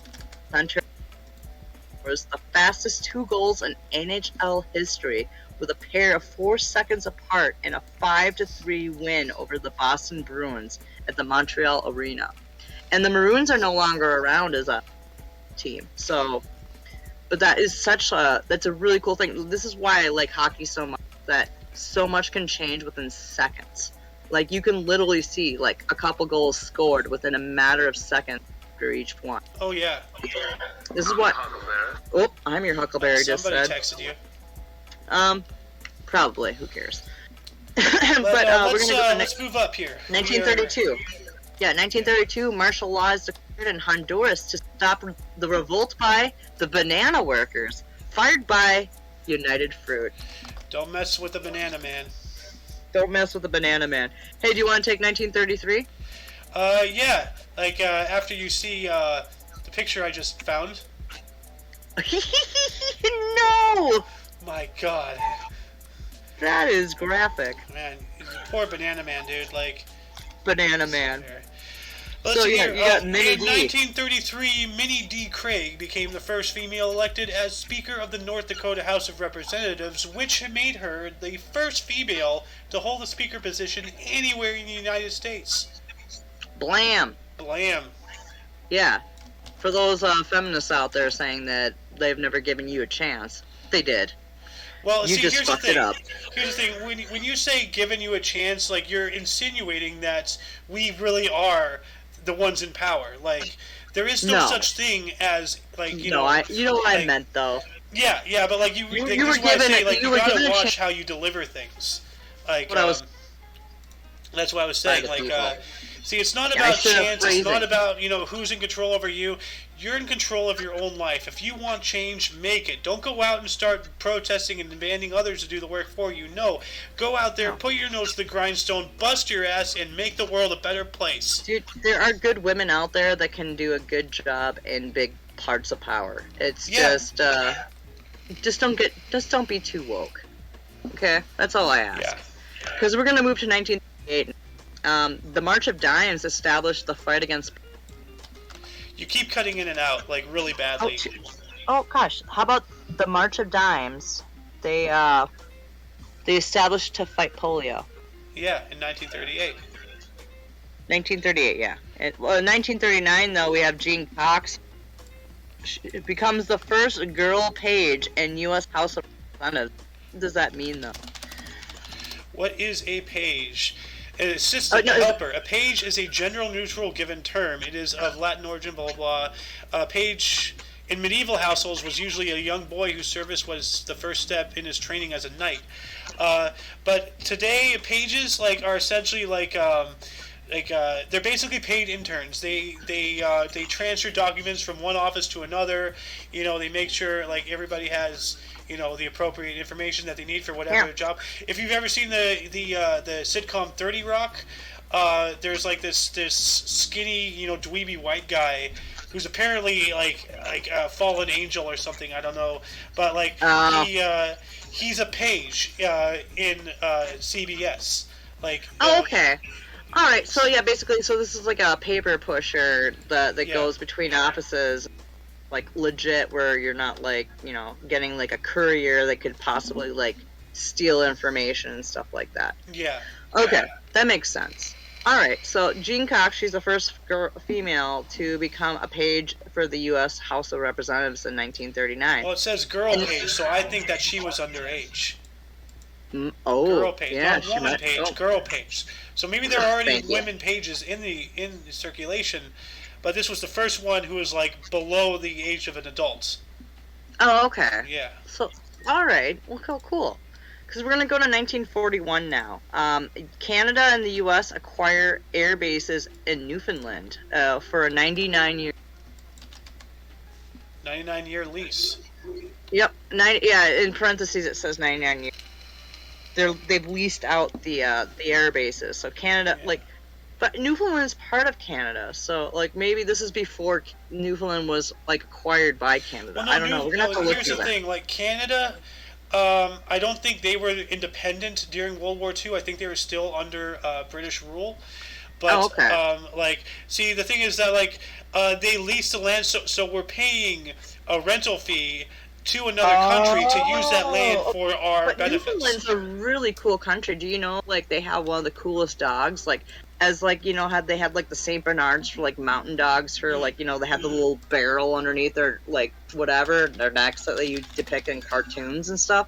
The Newfoundland dog actually is a water dog that was they primarily use that dog for like water rescues for people. Yeah, they're really cool dogs. Really cool dogs. They're also therapy dogs. Like I had a therapy dog that well, I didn't own it, but like I came into a place and they had like a therapy dog that was a Newfie. They just call them Newfies for short. Yeah. Really good dogs. Several other things happened in 1941. During World War II, the Italian counteroffensive in Albania occurred. Yeah, I'm going to try that to did see happen. If there's anything here about it. Well, we have also another, like we have a music 19. Oh, geez, look at that march. Holy buckets. Yeah, see, here's the thing. Like, a lot of people don't really know that, like, the majority of Africa, like, it was either owned by, like, the UK, France, there's some portions, I believe, owned by Spain, but Italy had a lot, too. Like, before Italy had World a War lot II, actually, there was a whole war between Italy and Ethiopia. When Ethiopia oh, yeah, and I think, was it, a lot of allied countries, came to bat for Ethiopia too, and then we ignored them like we like to do. But we have also in 1941 we have Sergei Rachmaninoff's symphonic dances. It premiered in Philadelphia, Pennsylvania. Interesting. Yeah, well, yeah, I don't know what that means, but we'll just go with that. We also have in 1941 the American National Collegiate Football Rules Committee announces a new rule permitting substitution of players. Huh. Indubitably. I guess that means like they're substituting without taking a penalty. Yeah, something like that. Because also, and then a year later, like this is the ABDA. The American, British, Dutch, Australian commands forms. So, like, basically a alliance between a few, 4 countries. Australian, the British, the Dutch, and us, United States. I pulled up a map here, and it looks like it was a coalition to politically police the area between Australia and Asia. Like, mainly, because there we go. See here it says Netherlands Indies. See, this is interesting. Okay. Like, so much of the world was occupied by various portions of Europe. Vietnam was owned by France. Jeez. Yeah, because that will explain like there's like a lot of Asians. But that's neither here nor there, because also in the same year, a year later, in 1940, we had the telecast happen in New York City. Yeah, the first missing persons telecast. By the way, whenever I repeat what you say, that means that you cut out. I'm sorry. So yeah, 1943, the first missing persons telecast, which happened in New York City.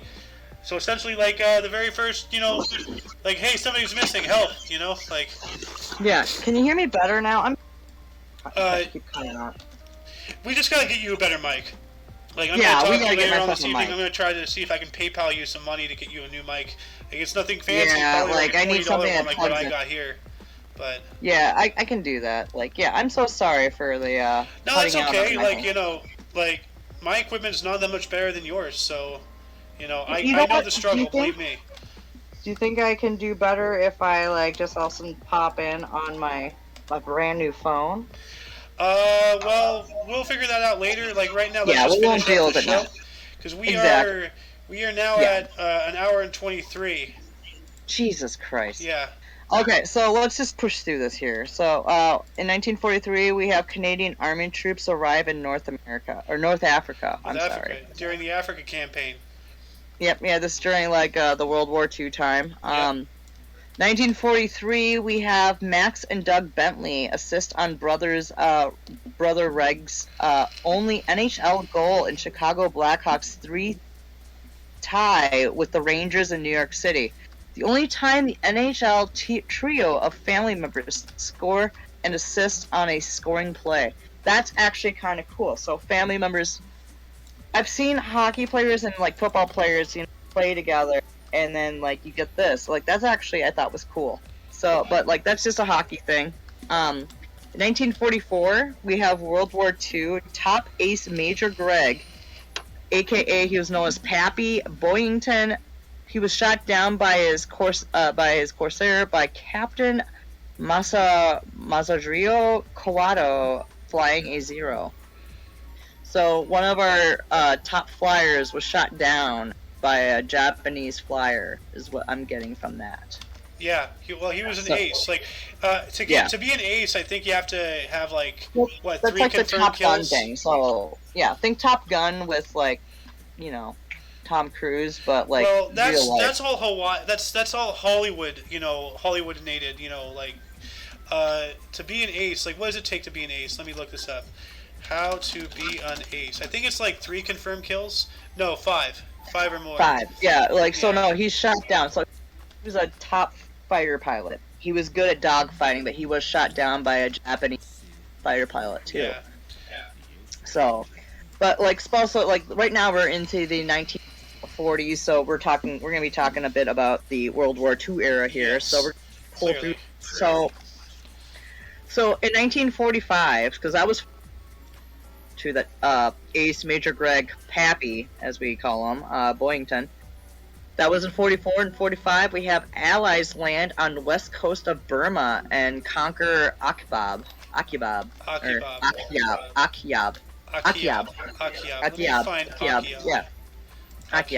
map. Yeah.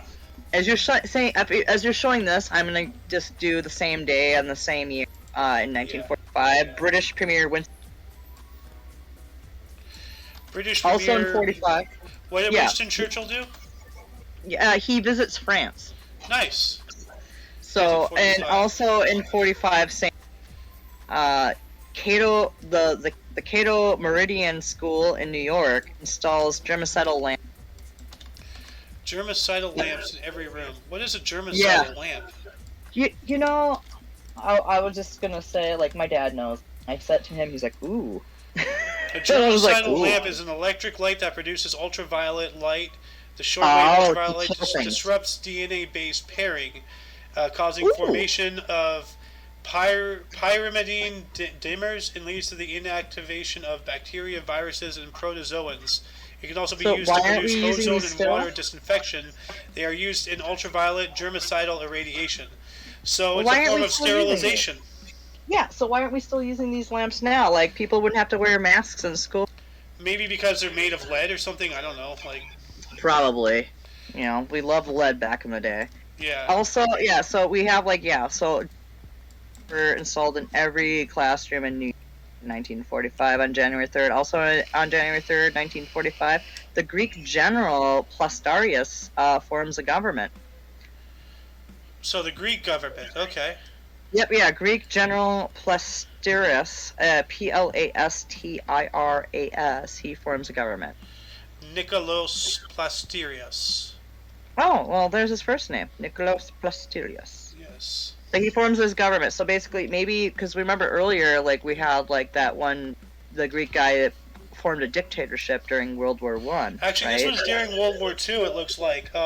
Yeah, this is World War II, though. Yeah, so this guy, he basically must have overthrown the dictator. Well, no, because there's some areas. There are some areas of Greece that were occupied by Germans, some areas that were occupied by Italians, Bulgarians, and then whatever the Dodecanese Islands are. But yeah, if you look at my stream, I have it up here.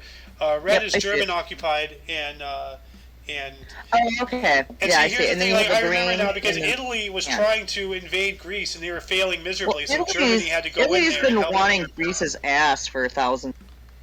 Yeah. We all know Italy wants Greece and Greece wants Italy. It's it is what it is, but or I could be wrong on that, but that's just my theory when I look at it. Is Italy and Greece, they had such similar empires, but different gods and stuff. They're playing off each other in a way. Oh yeah, no, the ancient Macedonian Empire that was made by Alexander the Great.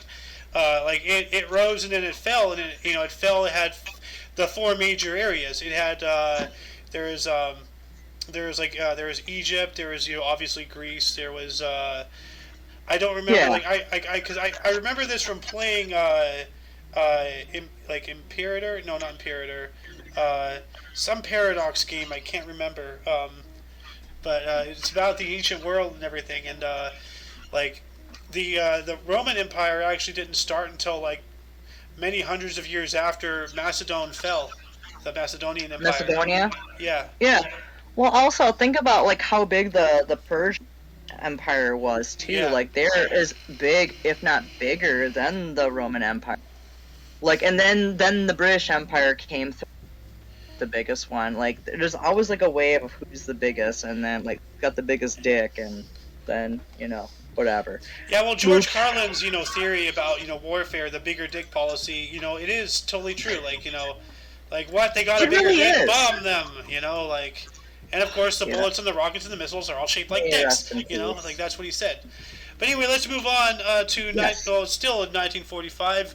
John Patrick's Hasty Heart premiered in New York City. I Sure believe did. That is a. Now I've got a hasty heart. Yeah, it was a play or Broadway that like premiered out there in New York City. Like Yes, I actually know about it. We're also gonna stay in 1945 again here, because that's just a play, right? If you want to look it up, look it up. But 1945, the U.S. aircraft carrier attacks Okinawa. Multiple U.S. That's a big aircraft one. carriers. Yeah, Yeah. U.S. aircraft carriers attack Okinawa. So like we went ham sandwich in 45 towards the end in January. Well, we really did. They did, awaken the dragon. So, Dude, they awakened the sleeping giant is what they. yeah. I wish we were still a giant, but now it doesn't seem so much these days. Well, we But have that's neither here giant nor there. potential. We still have it, but we just got the wrong leader for it. It's okay. Yeah. It's neither here nor there, because also today in history in 1905, Admiral Chester Nimitz begins planning assaults on Okinawa and Iwo Jima in Japan. So this is the beginning of you remember that infamous picture of raising the flag with all the guy, like the military guys, like raising the flag On Iwo like Jima? on the hill. Yeah, that's like the end result of Admiral Chester Nimitz right here, where they're raising that flag. Yep. Also, that same like a year later, as a reward for his wartime cooperation, Governor Thomas E. Dewey commutes Charles Lucky Luciano, pandering sentence on condition that he does not resist deportation to Italy. So this is like a big mobster back during he was a big mobster during the Great 30s? Depression and during the Prohibition. Like he got his forefoundings, but like he was one of the I believe one of the mob leaders in New York City. And so the governor is like, your sentence, but you have to not resist the deportation back to your country to seek charges here, but we'll release the charges that you have here. Is basically because he commuted the sentence. So like a really mini version of like an opposite Operation Paperclip. yeah. But like Lucky Luciano, like he was big. Like actually, if you ever watched like the show Boardwalk Empire, like him and I had his name before Capone. Before Capone was big, like Lucky was just getting. Capone was just starting to set his roots and stuff. And it's interesting in history. We'll have to talk about it. But yeah, I need to familiarize myself more with the 30s era, the mob rule. oh and all my that gosh, stuff. there is so much that goes the mid 20s into the 30s, like with the mob and stuff. Yeah. Like we'll have to definitely have like a jabber. But we're gonna go past the Lucky. We're gonna be in 1947. Twice times. Actually got to see what was doing on TV. Well, I'm going to repeat what you said because it didn't pick up. In proceeding? 1947, proceedings of the U.S. Congress were televised for the first time. So, for the first time ever, people could actually turn on their TVs and watch, after the fact, what's going on with the Congress. Right in your living room, Yeah. see, the government. That's, Dare we say it? The beginning of C-SPAN. oh God. Well, basically, that's kind of what it reminds me. Now, So, do you want me to take this one because of the wording here? yeah. Do it because I love the So- the NG Philip. We'll move on up to 1949. The Bangko Central Pilipinas, the Central Bank of the Philippines, was established, and I will put this up here for you to see. Well, yeah, just like I also put like a link too in the bottom for the description. Well, like, I'm not going to put a sometimes link just- to every article because there's not enough No. room in the description No. for that. So if people are Well, I was interested, gonna say is like we sometimes pronounce things wrong, so just yeah. keep in mind for that. Well, so we we're apologize. historians. We're not linguists. Now, like some people would say that's one and the I'm not a same. historian. I'm just Well, Joe who's interested in history. you're What you talking about, Willis? You're a historian to be.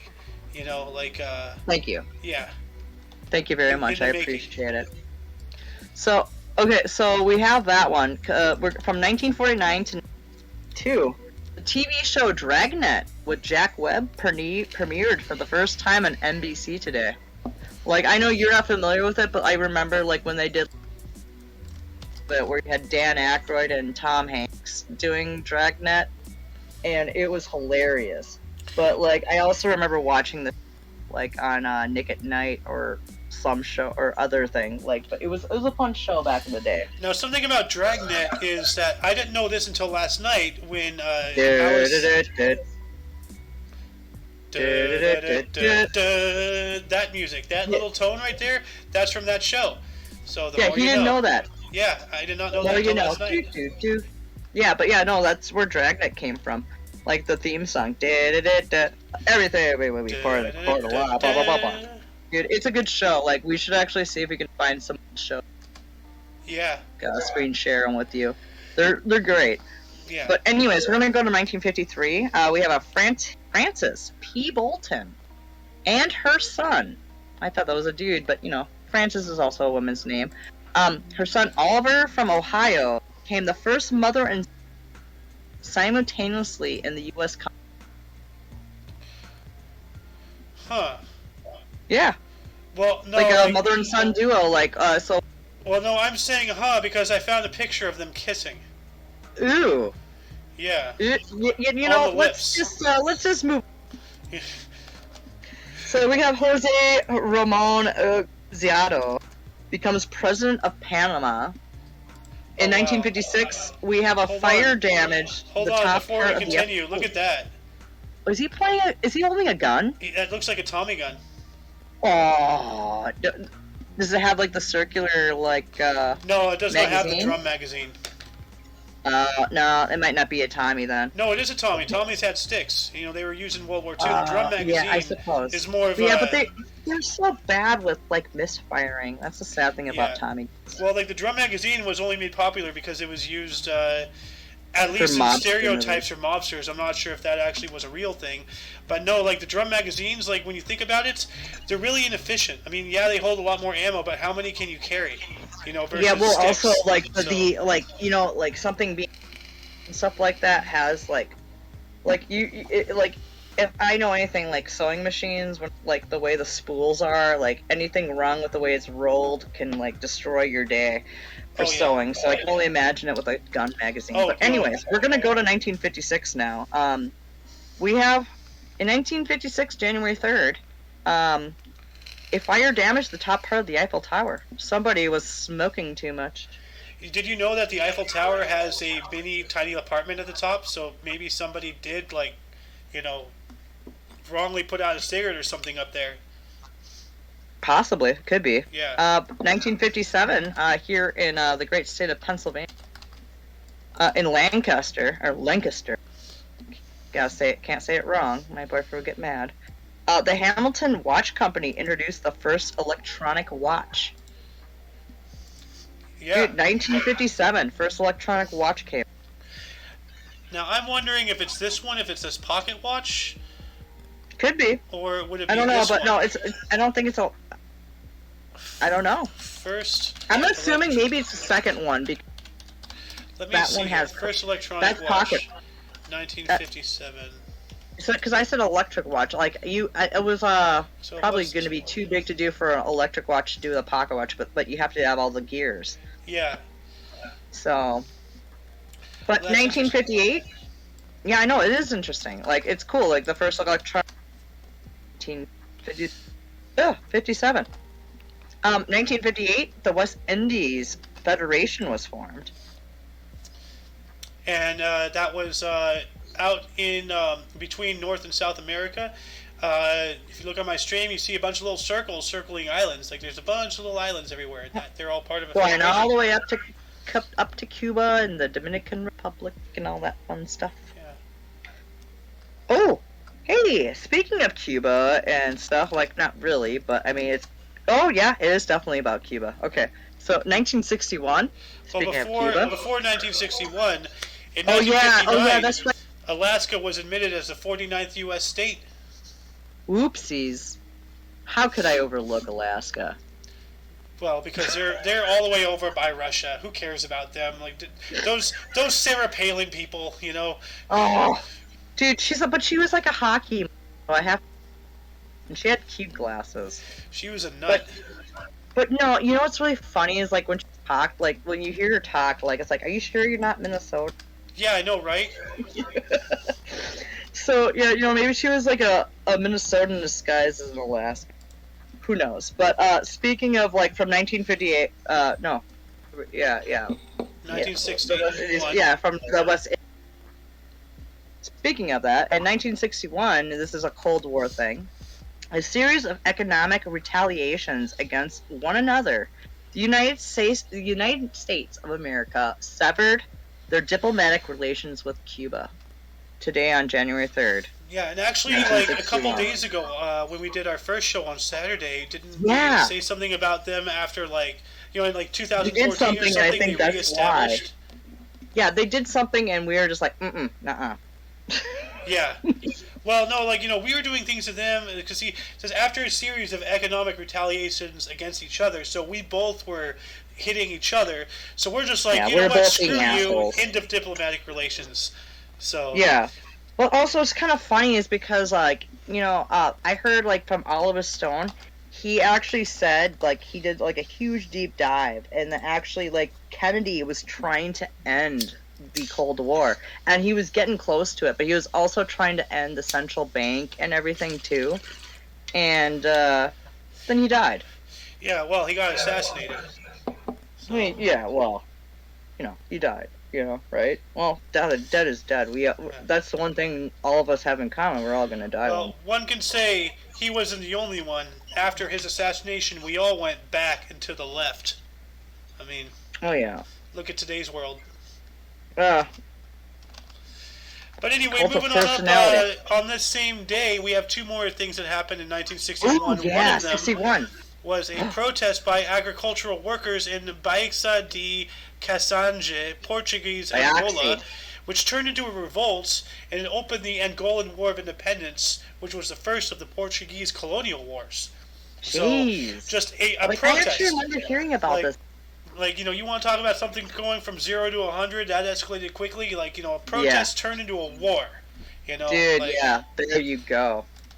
Also, on the same day of the same year, the SL-1 nuclear reacting testing station in Idaho Falls was destroyed by a steam explosion, and the only reactor incident in the United States to cause immediate fatality.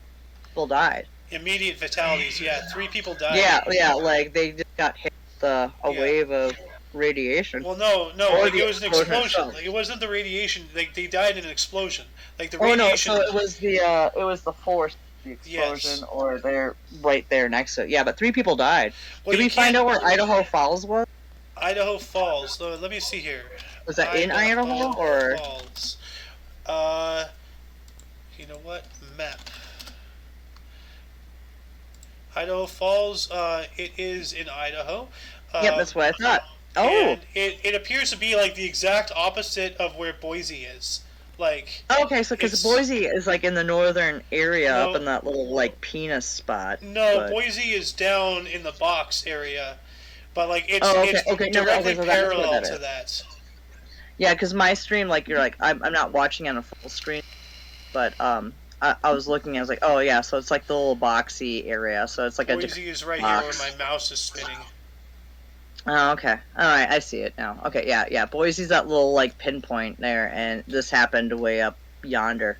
Yeah. But no, these things happen. Like, well, think about like the crisis that happened at 3 Mile Island. And do you ever, if anyone ever remembered the Pinus, like Well, see, they here's had the thing, like, John Lemon in it, and well, here's he the ends up thing, getting, like, when you're talking about like 3 Mile Island, Chernobyl, Fukushima, and there's like a couple other examples. That's all like meltdowns and everything. This was just an explosion.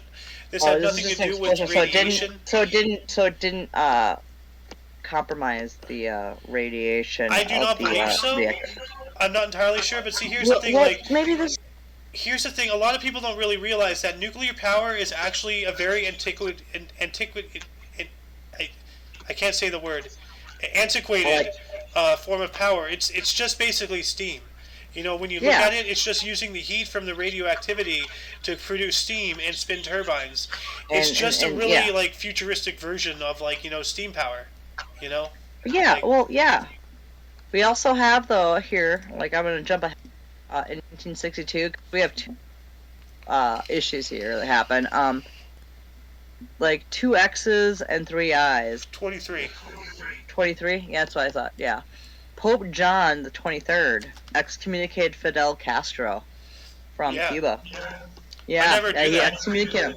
Yeah, well, I didn't either until I looked up. I was like, holy buckets, that's interesting. But yeah, but this is like roughly around like what the Cuban Missile Crisis and stuff and everything too. Oh my god, I think I have that jacket. Oh damn. We also have in '62, ground was broken for the sports arena of the Houston Astrodome in Texas. Astrodome. Yeah, the Astrodome. That thing is like around? Houston, Texas. Absolutely, No, it's still around. Houston. The Astrodome. Oh no, the Astrodome's to this day. Okay. Because like I always thought I believe like that's the where Astrodome. I believe that's where Texans for the is at the Houston Astrodome. I could be wrong, but Well, like I used to think that the Astrodome was just named after like one specific building, but like I keep hearing the Astrodome over here, the Astrodome over there, so I'm thinking it's more of like a design style. it could be. But yeah, no, the Houston Astrodome groundbreaking for building. I believe it was finished a few, but yeah, in '62 also. 63. I'm sorry. We have the Jack Parr show. It showed a clip of the Beatles singing "She Loves You." So that was like I think the first time I think America was kind of introduced to the Beatles. I don't think so. It would have said that, but I think that was like Should be. along, "She Loves You" is a along good the song. lines. But yeah, it was like like the Beatles were like they were the next kind of pushing the envelope with like next to Elvis with his Elvis pelvis, With Elvis pelvis. I love that. Yeah, well, no, you remember how they showing the bottom half because Oh yeah, no, like the was thrusting and everything. Yeah, no, I know. Like Yeah. I know why you called it the Elvis pelvis. I just never heard that term before. Like Oh really? Well, now my you mom know. actually met Elvis once. Oh no shit. She was That's a little pretty girl. fucking cool. She was at some beauty pageant or something. She was competing, and then he was like backstage or something, and like apparently like she was really beautiful or something. And he's just like, "Whoa, you're really beautiful" or something. Like Oh well, that's very nice of him. Just how mighty white of him. yeah. Well, also, we're gonna jump up a few more years from 19. The Tonight Show was shortened from 105 minutes To 90 minutes. Ooh. Yeah. Also in '67 though. I have a comment about that though. Damn you, commercialism! Oh, See, they lost that's probably 15 when minutes commercials. just for commercials, Probably. Yeah, exactly. in 1967. Yeah, also in 1967, the same day, Carl Wilson of the Beach Boys, he was indicted for draft evasion to the Vietnam War. Oh boy. Yeah. Put that in your pipe and smoke it. Speaking of, we're going to move up a couple more years because it's another musician. John Lennon's Two Virgins, his album, was declared pornographic in the state of New Jersey. Which is really ironic for the year it happened, 69, doing fine. But we go up another year to 1970. We have the Marxist government. What is he doing? Yeah, the Marxist government takes over the Congo. Now I'm wondering because like I have a actually no like here I have a couple different maps here. The Congo, like Well, it's been changing for years and years yeah in Africa. Like it's so hard to like keep up because I remember like I had to like make an oatmeal like map like where you use oatmeal and cement together, and I did one of Mexico, and I had to also do one of Africa, and like the Congo has changed. dude But I like have to say that is really adding insult to injury. You're making a map of a country or of a whole continent that's suffering from starvation out of food. yeah, well you don't blame it on me, you blame it on my Blame it on the alcohol. alcohol baby. All right, so from 1970 we're gonna go to 1992. This is the Irish Republican Army, the IRA, as we know them today. They exploded a bomb in Callender Street in Belfast, injuring over 60 people. Man, but no deaths, so that's good. Well, at least not that we were reported, but Yeah. I mean, Yeah. they might have died later due to complications, but it wasn't like reported in the feed that Yeah. I read from. I don't think they really started doing complication stuff until what, the 90s, maybe 2000s? Well, no, actually, like, because we did one that talked about like deaths of people. Oh no, that was yesterday. Yeah. The deaths of like up of the Devil's Curve Oh, yeah. in Peru, is that, or Panama? Peru, I think. Peru. Yeah, Peru. Yeah. But like in 72, like in 72, you had the IRA 12-man kit led by Michael Burke and George Steinbrenner III. He brought the Major League Baseball's New York Yankees from CBS. He bought them from CBS for $10 million US. Yeah, unfortunately, you cut off for like all of that. In shit, yeah, 1973, a 12-man syndicate led by Michael Burke and George Steinbrenner III bought Major League Baseball's New York Yankees from CBS for $10 million US. Yeah, what is $10 million US from 73 to now? Let me see here. 1973, $10 million is okay. Let's see here. So $1 million from 72 to 73 is $6,260,090.09. Oh my God! So let me see here. Let me put that 60 in. million. Multiply that by roughly 10. 60. Equals $62,600,909.09. Yeah, 60 million. Jesus. Yeah, that's a big difference. Yeah, and Like that's that's nothing. still cheap 60 It's million nothing for now. a sports team? No, like for wow. that time. But yeah, we're gonna move from 76 here.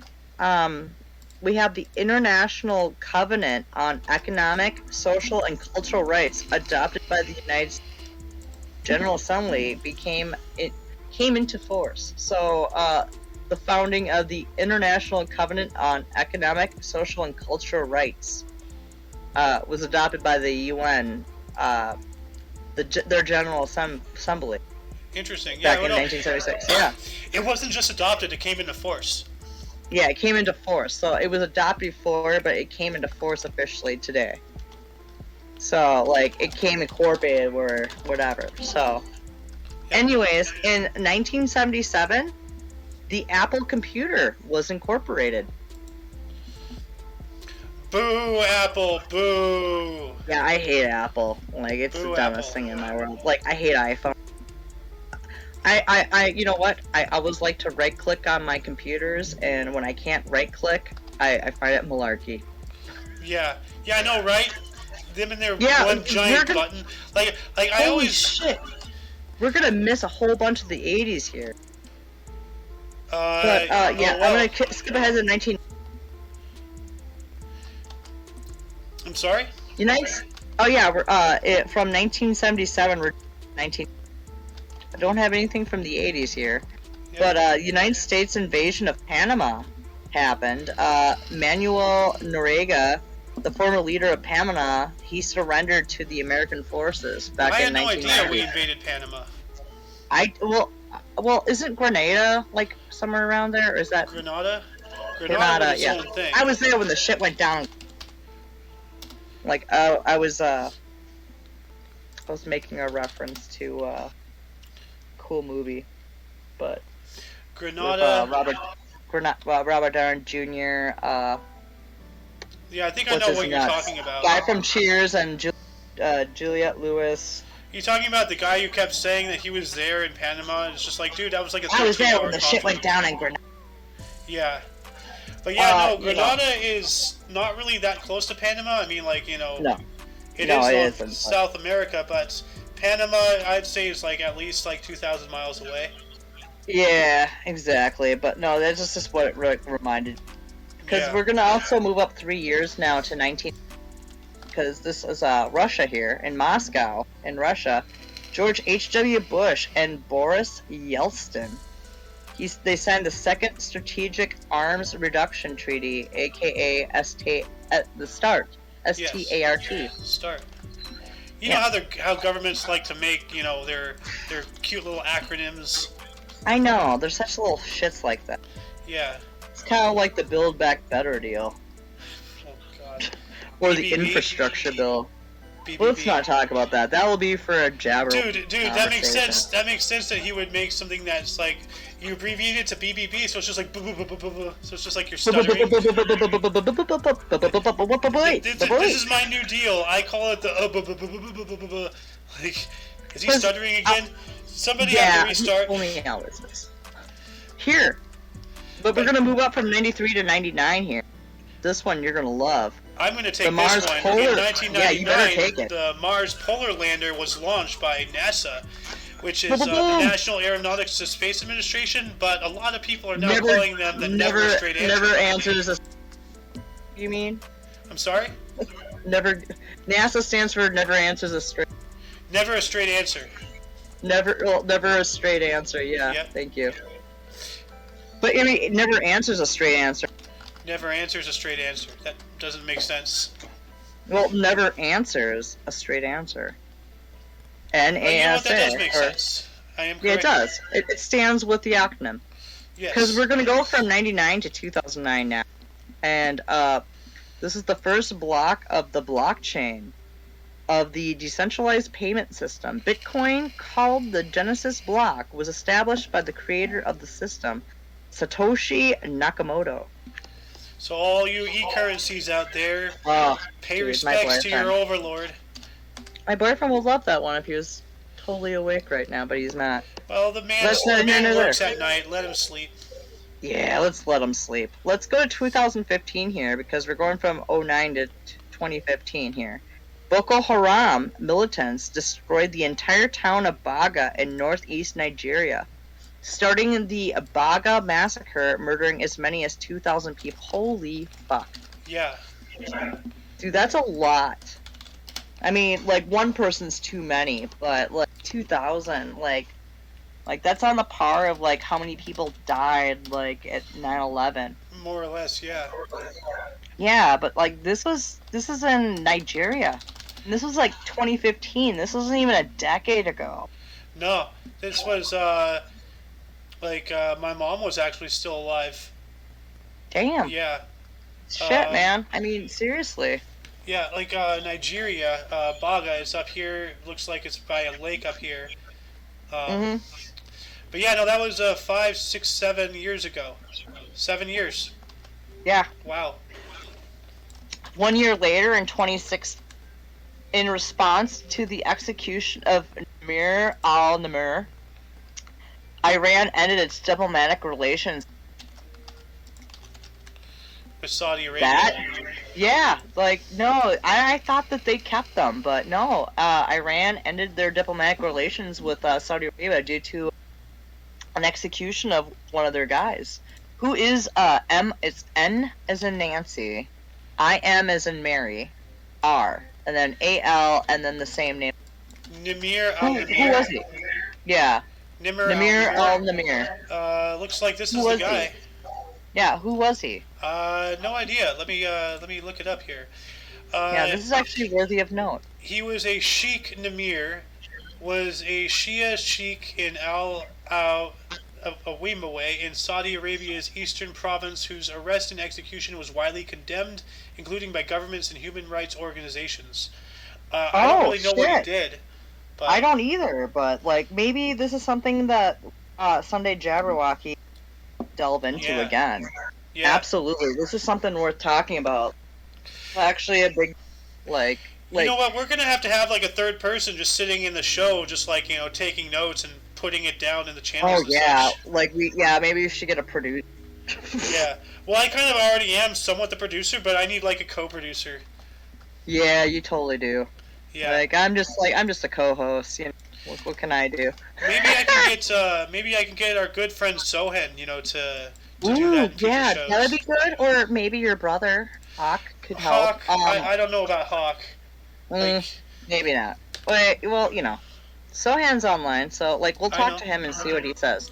Well, he's actually listening to us right now. Oh, is he? Yeah. Oh, cool. Sohan, yeah, maybe if you want to be backup for research, that'd be awesome on these things. That would be cool. Yeah. Anyways, so from 2016, we're gonna go to 2018. 2018, for the first time in history, all 5 major storm surge in the Netherlands were closed simultaneously in the wake of a storm. Yeah, do we know the name of the storm?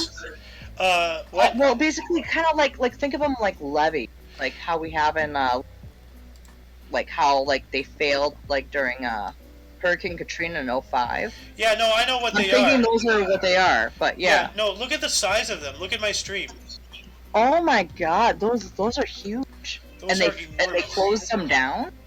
No, they didn't close them. They shut them. They shut them down, honey. You don't like this. You see that? You don't want to get your face near this. My cat. The cat tried to get his face into the candle. Okay. No, it's like these are storm surge gates. These are to prevent the water from behind it from getting. They don't want it to flood. To flood the bay. But I mean, look at the absolute size of these things. Dude, that's huge. It's like a boosty. It's like a big giant bra. It looks like a big giant bra from that one picture. I'm not saying. I'm just saying. Okay, but we're gonna go to 2019 here. The change with an apostrophe with an E. Sanjay. Sanjay. Sanjay is it's an ancient Chinese theologic deity. Sanjay. Okay. So anyway, Sanjay 4 made its first soft landing on the far side of the moon, deploying the UT-2. The U-2. And it didn't do its first soft landing, it did the first soft landing. The first soft landing humans have ever done on the far side of the moon. China did it. Yeah. No, I remember this happening. And I remember NASA was bitching a fit about it a little bit too. Yeah. And that was only 2 years ago. And then 3 years ago. 3 years ago. Yeah. Wow. Okay, I'm still stuck in. Yeah. We're 2022, not 2020. Well, speaking of being lost in years, the last article of today from 2 years ago in the year of 2020. Iranian General Qasem Soleimani was killed by an American airstrike near Baghdad International Airport, igniting global concerns of a potential armed conflict.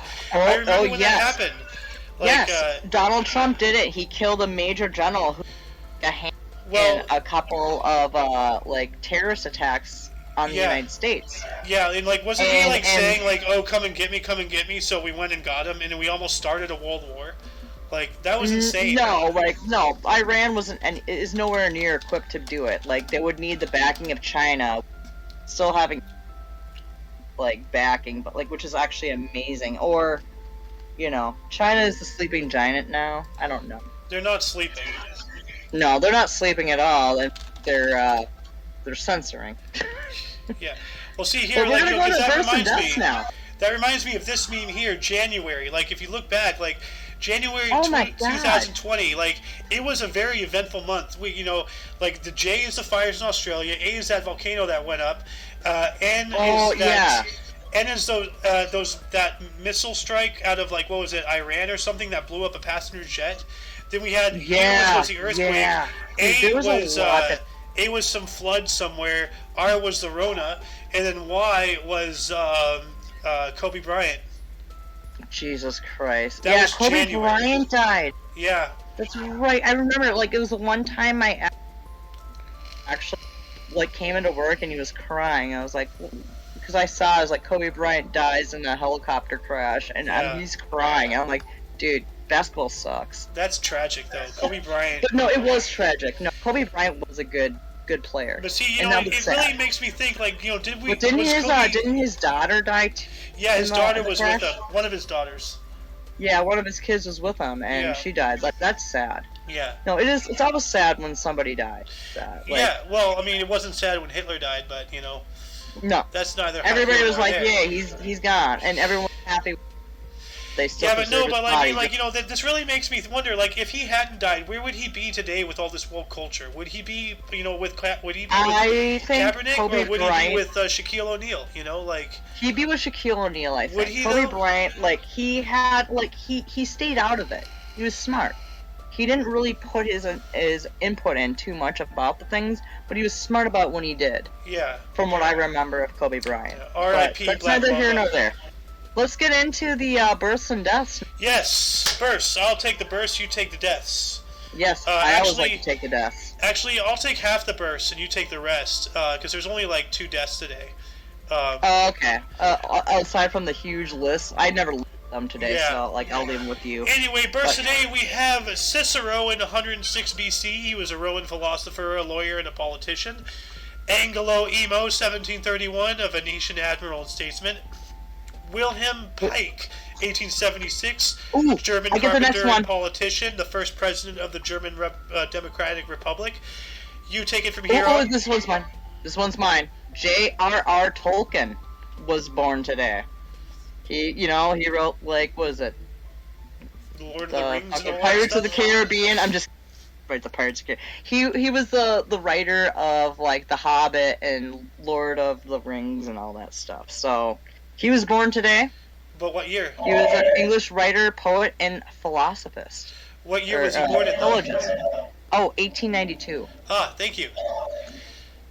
And then we have Ngo Dien Diem, 1901, Vietnamese lawyer and politician. He was the first president of the Republic of Vietnam. We have Gordon Moore, 1929, a U.S. businessman, co-founder of the Intel Corporation. Then we also have Glenn A. Larson, 1937. He was the actor, producer, and screenwriter, and created Battlestar Galactica. Yeah. Damn! We have John Paul Jones in 1946, English bass player, songwriter, and producer. This is mine. 1952 is mine. Jim Ross, baby. Jim Ross. He is a U.S. professional wrestler commentator. Yes. Oh my God! Oh, what a slobber knocker! But yeah, today is Jim Ross's birthday. Speaking of slobber knockers, Mel Gibson was born today in 1956. He is an American-Australian actor, a director, producer, and a screenwriter. Yeah, well, he did make a good movie. One of my favorite movies he did was The Patriot. That was a good movie. I liked Braveheart, but I liked The Patriot more. Yeah, well, see, the thing is that with The Patriot, it was a good movie until somebody ruined it for me. And every time I see the scene at the end where, the guy's, cutting his legs, he cut his tendons. He's not supposed to physically be able to stand up. Nope. So every time I see that, I'm like, okay, now you're doing something physically impossible. I just can't appreciate it. Damn you, movie people, and your semantics.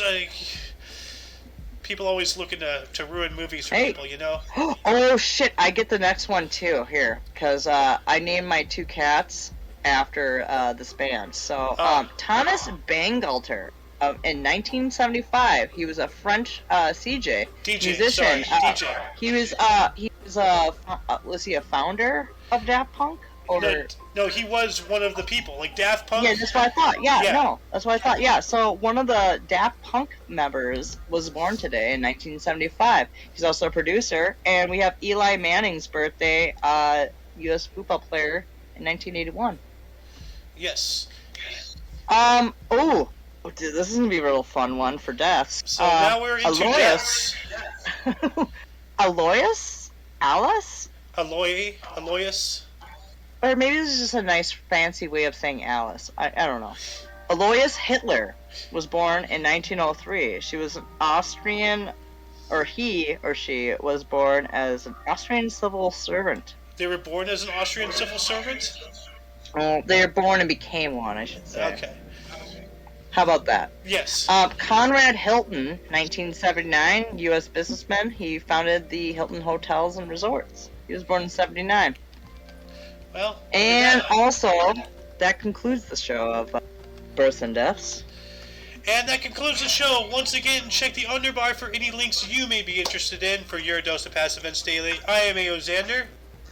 And I am Who is Alice. And you are you. Until you see us tomorrow, toodles! Toodles! Boop, boop, boop, boop, boop.